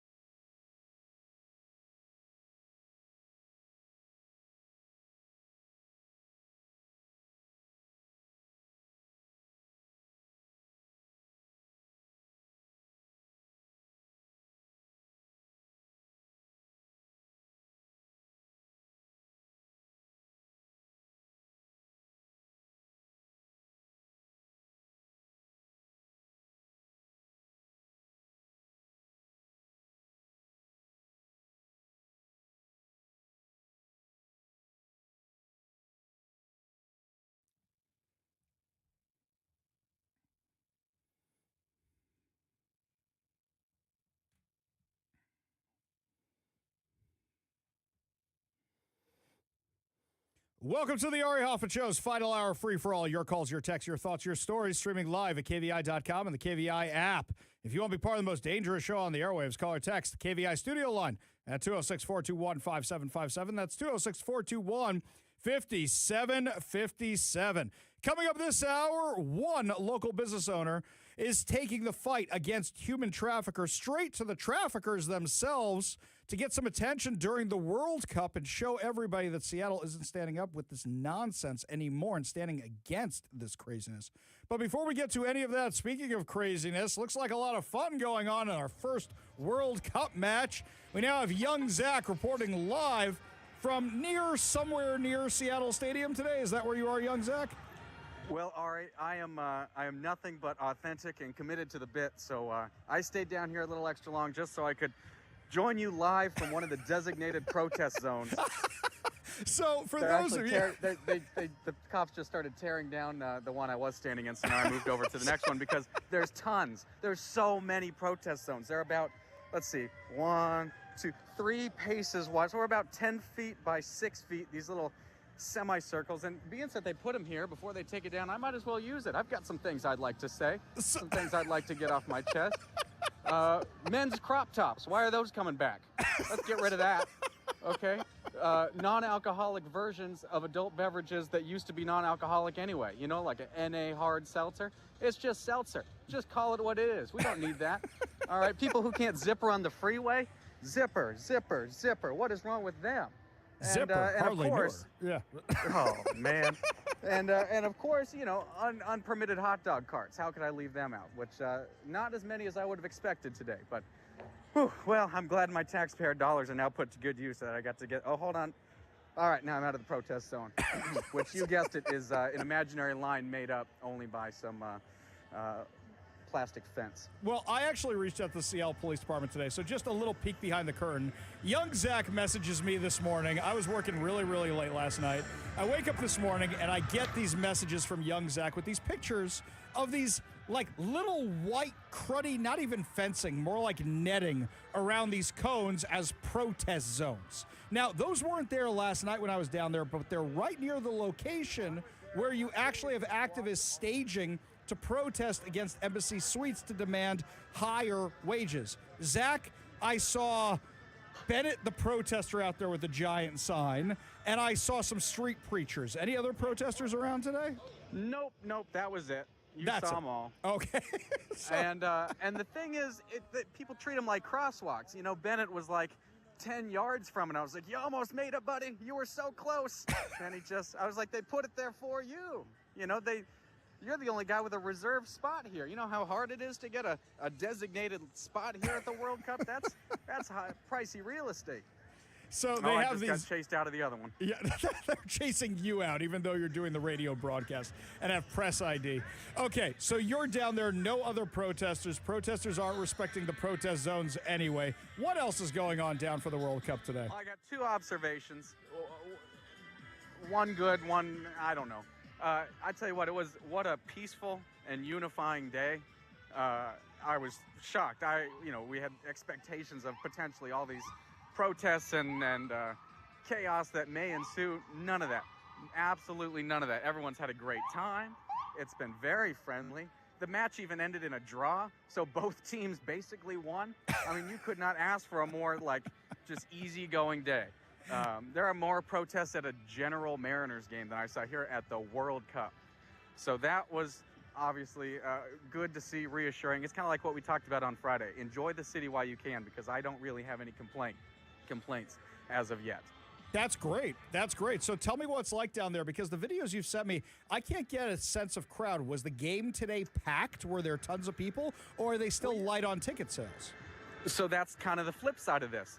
Ticket sales, I think, or the attendance today was about 66,000. That's pretty close to what their normal capacity is here at Lumen Field, or as I look up at it and they have Lumen blacked out, it just says, and I quote, field. And I don't know why we didn't block it all. I just, in case you're, where am I going? Oh, is this the field? Oh, it must be. Yes. attendance seemed very full. It was certainly a packed game. I had the opportunity just before hopping on with you to talk to one of the licensed, permitted hot dog vendors, and I said, how was the day? Was it busier than a regular Seahawks game? And he said it was not. It was lighter. He said it was so-so. Not thrilled with his movement of dogs. And I think one thing that a lot of us failed to, myself included, didn't really realize when we've been talking about the economic impact of the World Cup here in Seattle, it's that most of these games, all but two, are at noon. Well, one's at 1 o'clock, but they're middle of the day games. So all the pre-gaming, now the bars all opened up and the restaurants were all open up. I got here down at 7 and they had some business, but I wouldn't say they were packed at 7, 8 in the morning. And so then the game wraps up and there was, pretty big crowd. People lingered for a while, but here we are 5 o'clock and it's pretty dead, to be honest with you. Most people have left and gone elsewhere. Now, hopefully they're spending their money elsewhere in the city and maybe we'll still see the economic boom that many had said we would. But down here at the stadium, it's 5 o'clock and it's almost too quiet.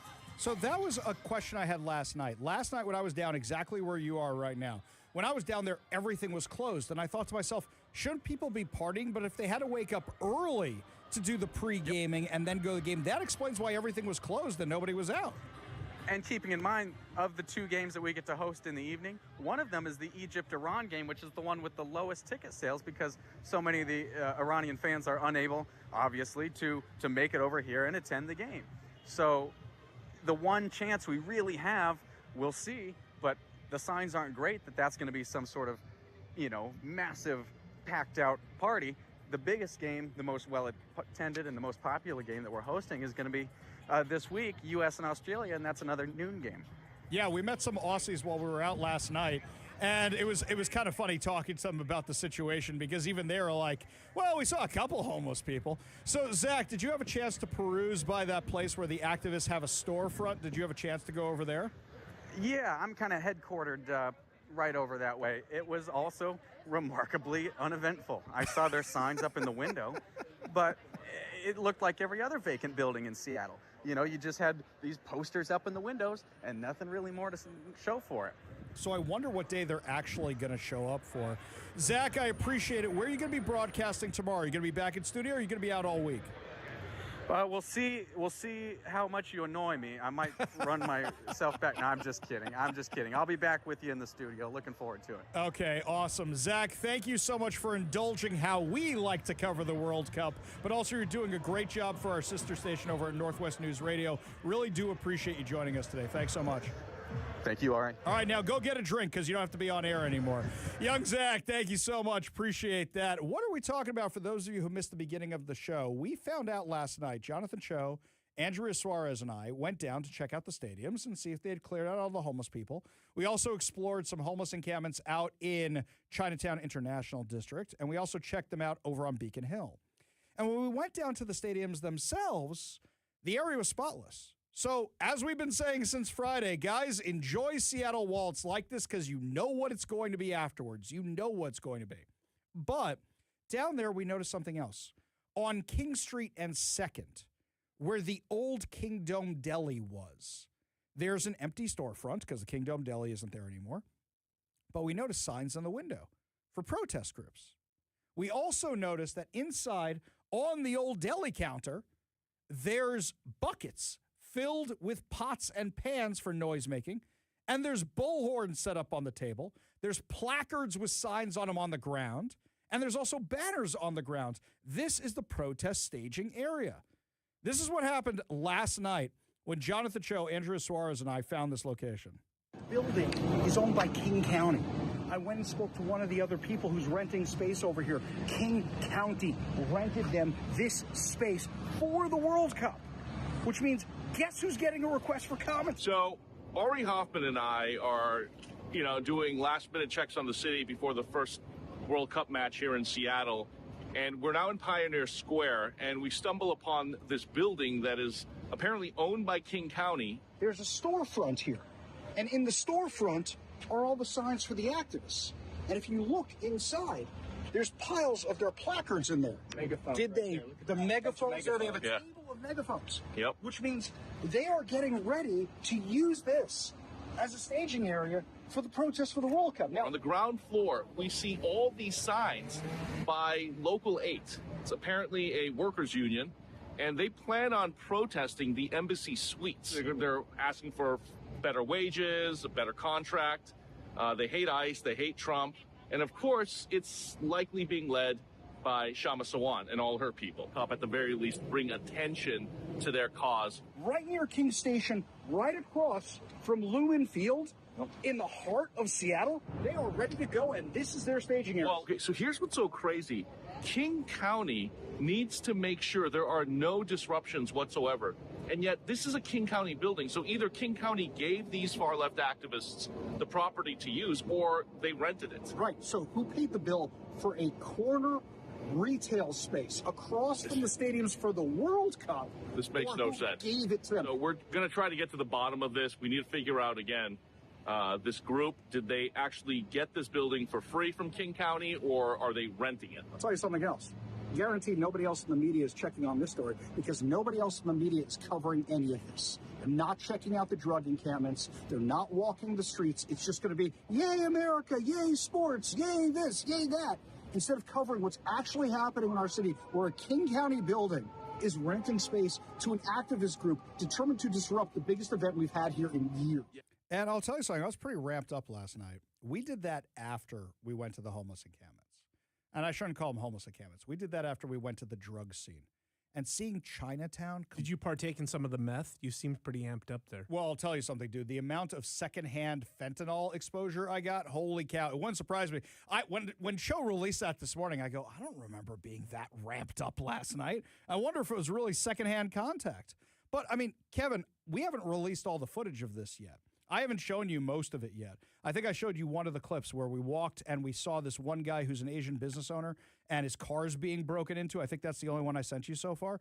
It's insane how bad Chinatown has gone. I mean, even in the last 5 years since I really was spending a lot of time there, it's absolutely crazy. I used to go down there a lot back in the day when the internet, you couldn't, this is how much of a dork I am. You know, I'm a fan of kickboxing, and in Japan, it's pretty big. There was a place that would rent VHS and DVDs of the events that happened in Japan down there. Mm-hmm. Otherwise, you wouldn't be able to watch this stuff because the internet wasn't strong enough to show video yet back in the day. Yeah. And I loved going down there. Loved it. The food was great. It was the area was clean. It was awesome when I used to go down there. I'd pop into some of the retro video game shops and all that stuff. It's just sad what's happened. I used to take my kids down there to go to the pinball museum. We Yeah, used to go there pretty regularly to go to the pinball museum, and there's some other stuff nearby we would go to, some of the shops. None of that's there anymore. It's a shell of what it used to be. And I think about when I was a teenager growing up. Kevin, tell me if it's the same thing here. In Chinatown's where you got the knockoff stuff. That's where you used to go in New York. So you get the knockoff sunglasses, Right. that kind of stuff. So, but it was safe. Like, you knew the stuff you were getting wasn't legal, but it was still safe. You went down there. I mean, and I know there were some shops like that around here, but it was never a safety issue. Now the whole place has been destroyed by drugs. It's terrible. There's some historic stuff down there, too. Like, if you go, you can go and see where Bruce Lee's first, I think one of his first martial arts schools was in the basement of one of the buildings there that's still standing. His favorite Chinese food restaurant is still down there, and you could sit where he sat and ate his meals when he went in there. But every time I go down, it just is so beat up and so run down and so taken over by zombies. Yeah. That it's sad. People don't want to be down there anymore. And think about all the businesses that had to leave. And then yesterday, I was actually out on the corner waiting for Cho on 12th and Jackson. And a KVI listener walked by and goes, you're the radio guy, right? And I'm like, yes, I'm the radio guy. And I was girding myself, right? I was steeling myself because I knew, I'm like, okay, this is only going one of two ways. And he goes, I love the show, man. And I said, what are you doing here? He goes, I live here. The rent is cheap. And I go, I get that the rent is cheap, but look what is it worth it? And he goes, well, I'm a couple blocks away. It's not so bad over there. But you want to see where it's really bad, you go around the corner. Here, it's way worse than what you're seeing on 12th and Jackson here. There are places that are worse than 12th and Jackson, which have the zombie hordes in that area, which is what this listener was telling me. I mean, really awful stuff. I ran it by Cho. Cho's like, oh, yeah, bro. Over there, way worse. You wouldn't believe this. In fact, we don't go there without security. In Seattle, Washington. You know, last night, Kevin, what was it yesterday? 88 degrees, 90 degrees or something? Something like that, yeah. You see how I was dressed in that video? So let me tell you how I'm dressed, and you can make fun of me a little bit about this. Cho tells me beforehand, okay, here's what you got to do. You got to bring eye protection in case somebody throws something at you and to make sure you don't get any of the drug stuff in your face. I'm like, okay. Do I bring my other protection? You know, do I go armed? He's like, yeah, absolutely. So me, what do? I got the bulletproof vest on under the sweatshirt. I got the gun underneath that, and it's 90 degrees. So it's really, really hot. How does Cho show up?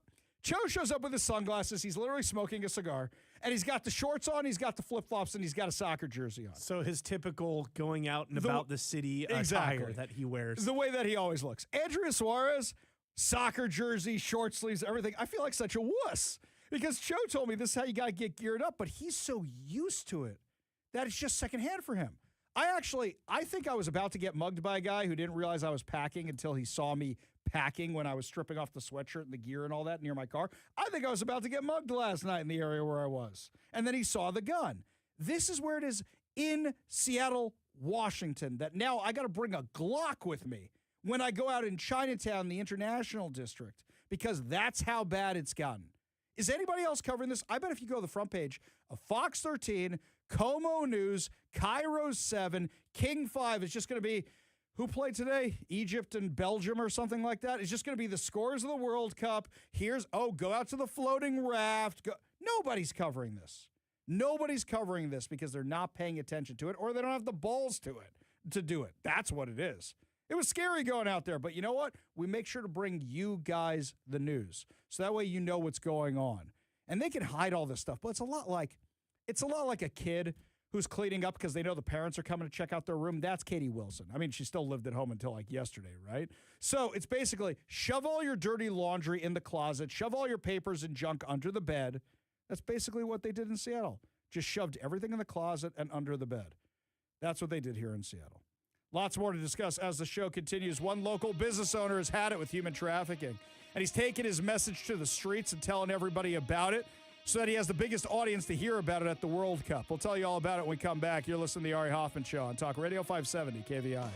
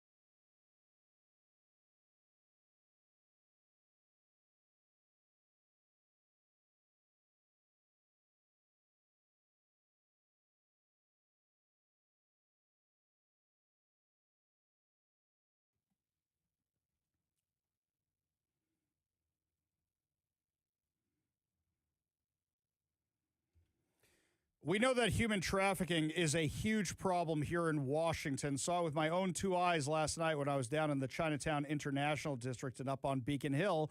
But one local business owner has decided to do something about it. Joining us now on the KVI studio line is Mike Dunn from Dunn Lumber. Thank you so much for being with us today, sir. Happy to do it. So tell me what inspired you to take on this project. What exactly are you guys doing? As I understand it, you're putting up this giant banner calling attention to this. What's going on? Well, a few years ago, we started working with Christine Moreland from The More We Love and just supporting her and her efforts to get girls off the street and provide a safe shelter for them and often their kids. It was her that teamed up with DNA Marketing to do from their part, a pro bono campaign to dissuade Johns from buying sex. And we were happy to jump in, and we got a nice stretch of wall right there on Aurora, right in the heart of the blade, and so it went up today, and we're excited for hopefully to make an impact. What's been the reaction from the people out on the streets? I mean, has it dissuaded anybody, or are other business owners coming over to you and saying they support you? Well, we have had a lot of support. We alerted our customers just so they wouldn't be shocked to see what was on the wall, and immediately got a flood of positive responses. That's amazing. That's amazing. We're talking with Mike Dunn, who's in charge of Dunn Lumber over there, and they're doing their best to root out sex trafficking. What is the kind of stuff you typically see in front of your business out there? I know the stuff I saw in Chinatown last night. Well, it's been going on for a long time, but it definitely has gotten worse over the last few years. The girls seem to be getting younger, and the aggressiveness of the solicitations is increasing. I think that's because they're all in competition and they're under a lot of pressure to bring in the cash or face the consequences with their pimps. Are you seeing the same cars over and over again, or are you seeing more and more cars coming out there, more and more business, more and more traffic? You'd have to ask Christine about that, because we sit inside the store. When we go out, we experience it. Sometimes we see the same girls day after day. We don't often actually get to see a John picking up a girl, and I think there's actually a strip mall just a couple blocks away where they tend to pull in and pick them up. And that's I know that Christine's got her folks down there with signs and trying to dissuade the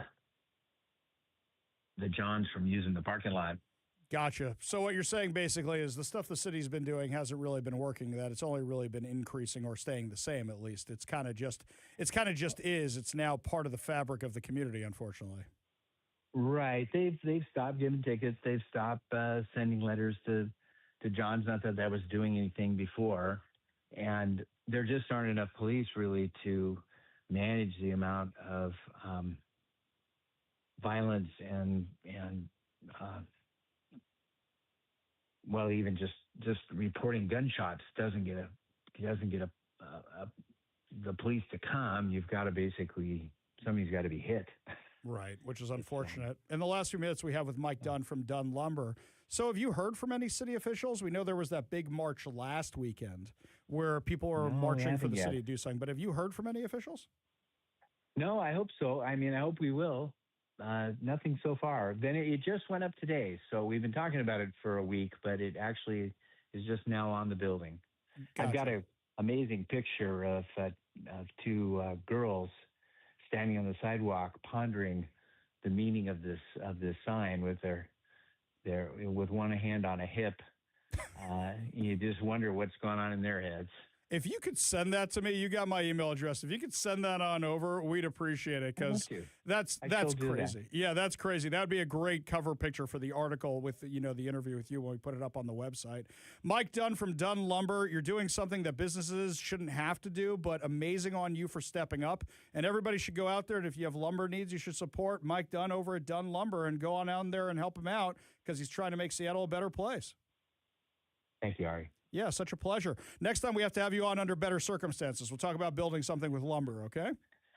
Sounds good. All right. Thanks so much for what you're doing. Appreciate you being part of the show.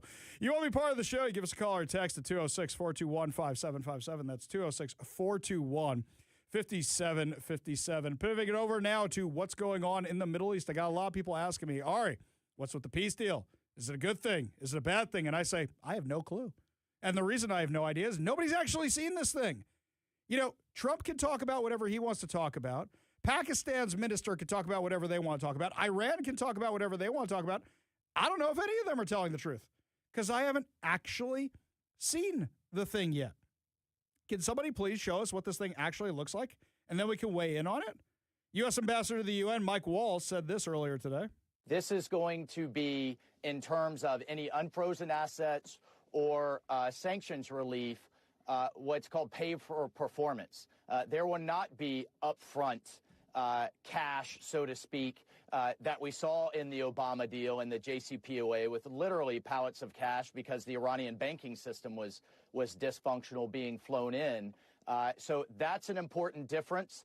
And then secondarily, this is all about verification. And there were huge gaps in the JCPOA and the Obama nuclear deal in terms of actually verifying what we know the Iranians have tended to cheat on in the past. There were not anytime, anywhere inspections of their facilities. The Iranians could delay things. They could choose which list of inspectors they accepted or not. And most importantly, Martha, the Iranians could classify sites as military sites that were then off limits. That's like having, I don't know, a criminal on parole telling the parole officer, you can't check this bedroom or that bedroom, or you can only check the trunk of my car, and I'll dictate to you when you could come. So a lot of that is very much going to be worked out, but I can promise you that we are not going to have these massive loopholes, whether it's working with the UN's IAEA or other form of inspectors. This is all about verifications, and no one on this team is just going to take the Iranians at their word. Okay, that's good, but what are we giving them? Are we rebuilding Iran? Are we lifting sanctions? Are we opening the Strait of Hormuz? What's actually happening?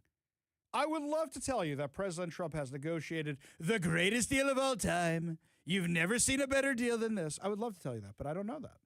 I don't know it because they haven't released the text of the deal yet. A lot of media outlets are picking up on whatever Iran is releasing. Now, these are the same guys who reported whatever Hamas said, so we shouldn't be surprised. I don't believe anything Iran ever says. So what did the vice president say today about the agreement? Because it was kind of what the U.S. ambassador said. Yeah, Gail, as you know, sometimes with these agreements, there are some diplomatic protocols, some technical things to work out. But we plan to release the full text this week. We want the American people to see it. But we've also seen, of course, some misreporting about what's actually in the agreement. We've seen some accurate reporting about what's in the agreement. I think the most important thing for the American people to appreciate is that what this agreement does is really twofold. On the one hand, it ensures that Iran will never have a nuclear weapon while simultaneously opening the Strait of Hormuz. You already see oil prices from a high of $126 a barrel down to about $80 a barrel today.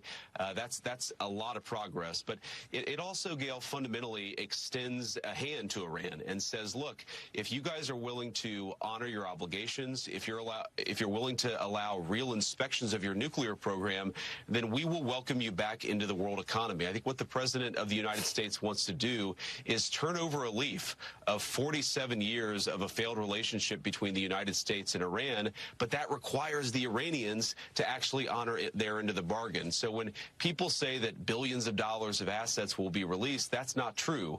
What is true is that Iran will have a much better and much more prosperous future if they meet the obligations they make in this agreement. We'll, of course, see. That's one of the things we're going to work out in the technical talks that will follow the official signing on Friday. And I still don't know anything. I still don't know anything about this deal. I want to know things about this deal. I still don't know anything about the deal. What did the president have to say about this? Mr. President, does the deal involve any sanctions relief for Iran? When would that go into effect? No, it doesn't. Well, they have to. It's really a behavioral thing. If they do what they're supposed to do, that starts taking effect. Okay, so it's behavioral, and we don't know anything else about it. And that's only what the U.S. is claiming. Iran, meanwhile, is claiming they're getting $300 billion to rebuild everything. They're getting all the sanctions lifted. They get to toll the Strait of Hormuz. I don't know anything because I haven't seen the text yet. Need the actual text so we can know what's actually going on. And the reason you listen to the Ari Hoffman Show is so that you know what's actually going on, like what's going on out in Spokane, Washington. We've got a new lefty running for office out there whose father is apparently spewing anti-Semitic remarks. The son says, oh, we're going to take care of it. It's a mess out there. Luckily, there's one Republican running for office out there against these guys who's going to straighten it all out for us. We'll talk to her when we come back. You're listening to the Ari Hoffman Show on Talk Radio 570 KVI.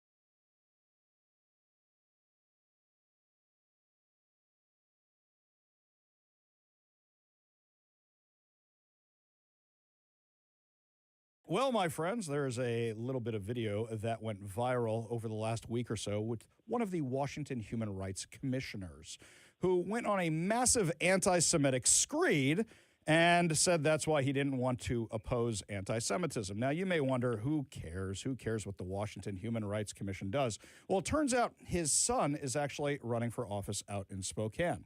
And the son seems to be pretty convinced that this may cost him the election, because it turns out this isn't the first misstep his father took, and this isn't the first misstep the candidate himself took. Now, before we discuss any of that, I always like to say that you have other options. You have other people you can vote for here in Washington. And joining us now, who's running for the 3rd legislative district out there in eastern Washington, Natalie Polson. Thank you so much for being with us today. Thank you for having me. All right, Natalie, I want to talk about you. I want to talk about your campaign. I don't want to talk about this insanity right now. So tell me, why'd you decide to get into this crazy race given the political climate here in Washington? Well, I've been in Spokane my entire life, born and raised, went to, out there in the Valley University High School and then on to Gonzaga. So Spokane means a lot to me. And so I like to say I'm a mom on a mission for the people of Spokane. I truly feel that they have been voting the same way for well over 30 years. And it's time for change, real change, somebody that will actually listen to them, put families first, care about affordability, and make a difference. That's crazy. That's absolutely insane. How could you be so practical? Don't you know you're supposed to be spending government money on like surgeries for trans inmates and things like that? Yeah, I'm definitely one for the free market system and believe that we need to be putting families first and not just always saying that the government's going to save. Gotcha. Obviously has not happened. So I assume you would be opposed to the income tax, which the Democrats just passed, right? I very much am. I'm collecting many signatures. I've put on a lot of events across multiple counties. So that, along with the initiative of proof of citizenship to vote.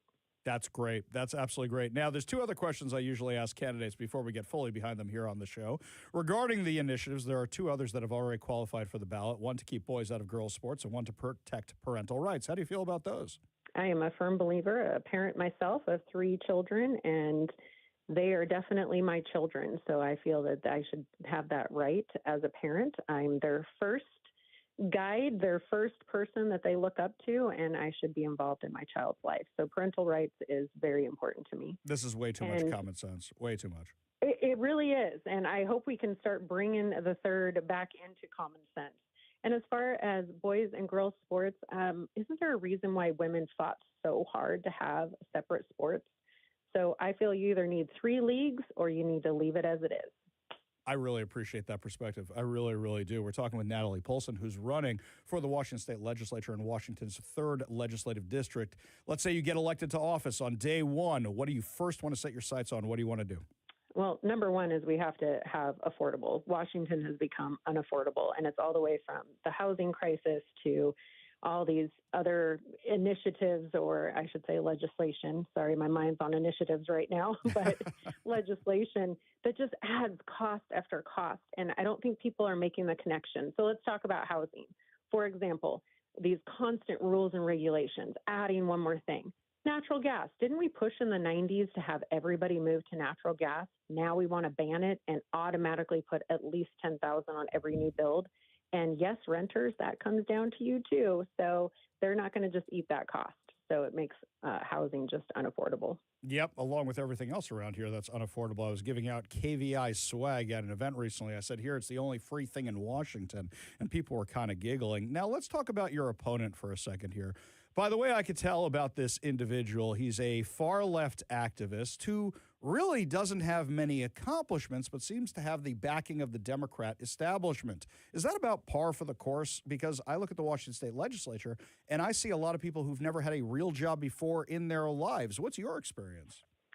Well, my experience is I've worked since I was 15 years old, so I've definitely always worked. And as far as my opponent, I know that he has been appointed by Inslee and then went along with Ferguson. So he's been appointed into positions, and it would be nice to see a little bit more merit. Yes, and also what's interesting is they kept the same person through 2 different administrations, which means that kind of smells of the swamp here in mini Washington, which is what we see here all the time. In the last few minutes we have with Natalie Polson, who's running for the legislature in the 3rd legislative district that's out in Spokane, Washington. Natalie, what's your reaction to your opponent's father being part of that Human Rights Commission?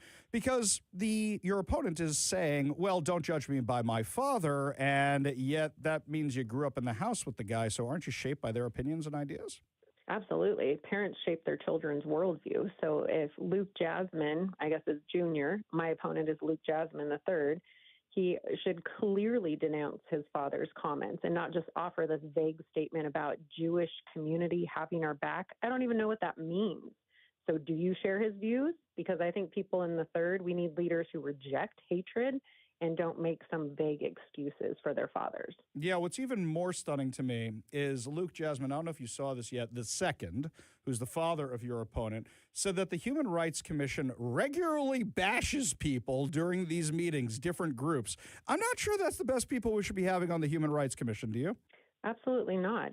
If we want to talk about anti-Semitism, it really has no place in public life, let alone a Human Rights Commission. Aren't they supposed to be protecting civil rights for all? So that would be very concerning that my opponent is not going to service all people or his constituents, especially the Jewish community. Couldn't agree more. Now I want you to think about this, my friends. If you're not Jewish and you go, how does this appeal to me? You think they're going to service anybody who doesn't agree with them politically? If they have this hatred towards one specific group, what do you think their hatred is towards other groups as well? Serving in Olympia requires sound judgment, so this is very concerning, right? If his father promotes anti-Semitism on a state commission for human rights, it definitely raises a question about influences around the candidate and whether he'll stand for all his constituents. If people want to volunteer for your campaign, if they want to help out, if they want to donate, if they want to learn more about you, what's the best way for them to do that? Friendsofnatalie.com. Very easy to remember. Friends of Natalie. Friendsofnatalie.com. Real simple. Natalie Paulson, thank you so much for joining us today. Really do appreciate it. Absolutely. Thanks for having me. Always a pleasure. We got a whole lot more to discuss as the show continues. You're listening to The Ari Hoffman Show on Talk Radio 570 KVI.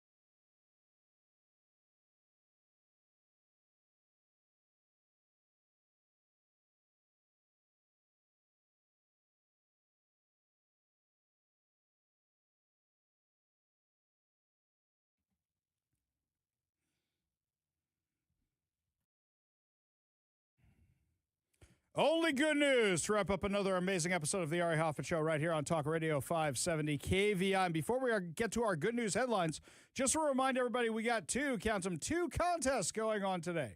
The first one, if you want to go see Chris Tucker at the Snoqualmie Casino and Hotel Ballroom on Friday, June 26th, you have a chance to win 2 free tickets by texting the word RUSH.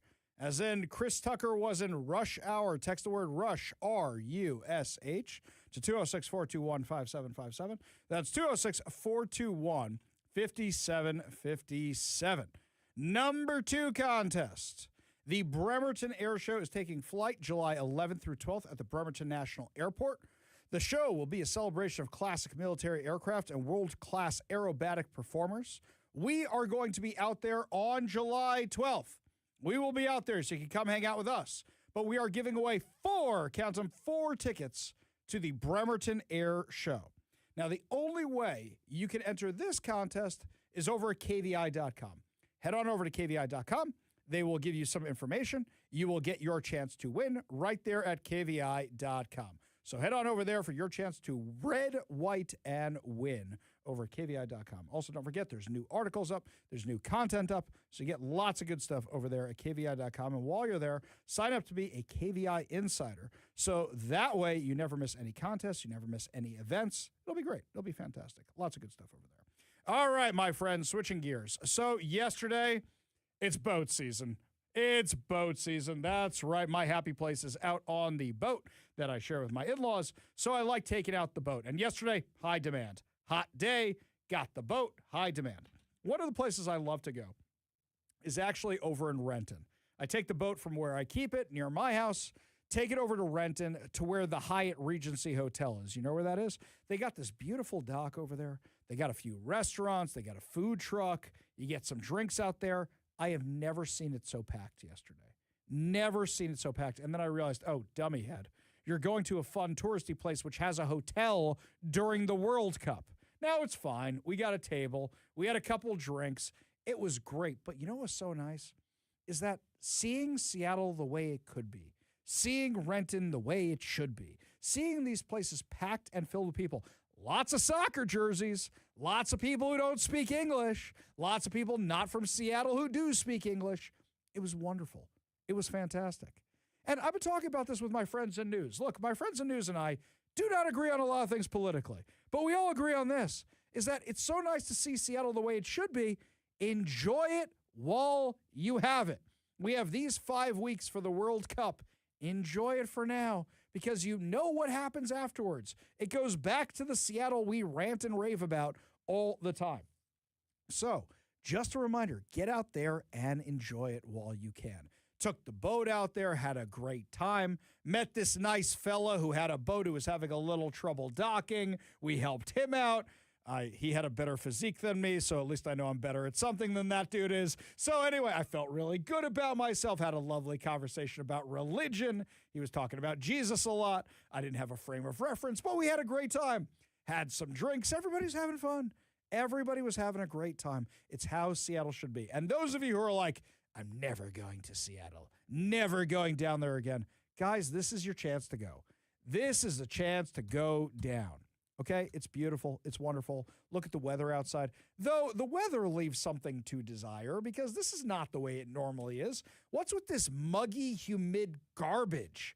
We don't normally get this. What's with the humidity? I feel like I'm on the East Coast around here. I moved out here to get away from that kind of stuff. I like my Seattle summers. Not complaining. Not complaining. Sun is out. It's lovely. It's fantastic. But anywho, go check it out. In other news, I don't know if you heard of this. It starts off bad. It ends good, I promise. In Boston, last week, police were looking for 2 suspects who staged an armed robbery of a kid's lemonade stand. I kid you not, they knocked over a kid's lemonade stand. This is crazy. That's how bad things are in Boston. How much money does a lemonade stand make? $1.25, maybe, if they're lucky, because they're always selling them for like 25 cents or whatever it is. Okay, somebody tried to hold up the lemonade stand. So what happens?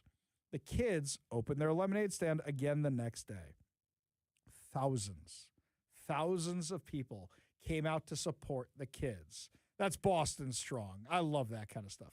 They go on out there. Also, I saw this story from our friends over at Como News.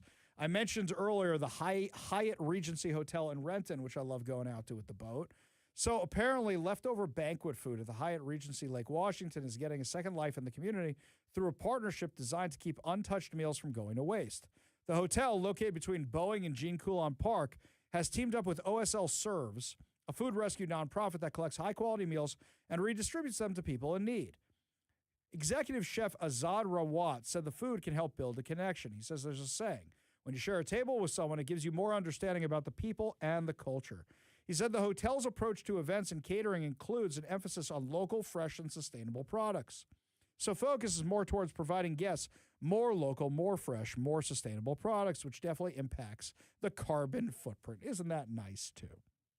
Part of the effort includes safely handling foods that return from banquets untouched. They're not taking the scraps, by the way. I had a friend who worked in the restaurant business. I go, dude, you're so busy. When do you have time to eat? He goes, whatever they bring back to the kitchen. I go, I'm sorry, what? And he worked at a really high-end place, I go, you're eating off other people's food? He goes, yeah, if they didn't touch it, what's the problem?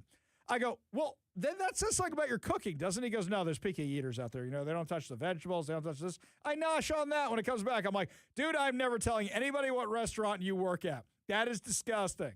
But still kind of makes a little bit of sense. He says, well, most of the food goes out to the banquets, but whenever it comes back, food which isn't touched, we have a blast chiller downstairs. In the process, the untouched food goes inside the blast chiller. We cool it down. He means stuff from a buffet. He doesn't mean from people's plates, guys. The Hyatt Regency prepares 30,000 to 40,000 pounds of food a year. Holy cow, that's a lot of stuff that you have leftovers from.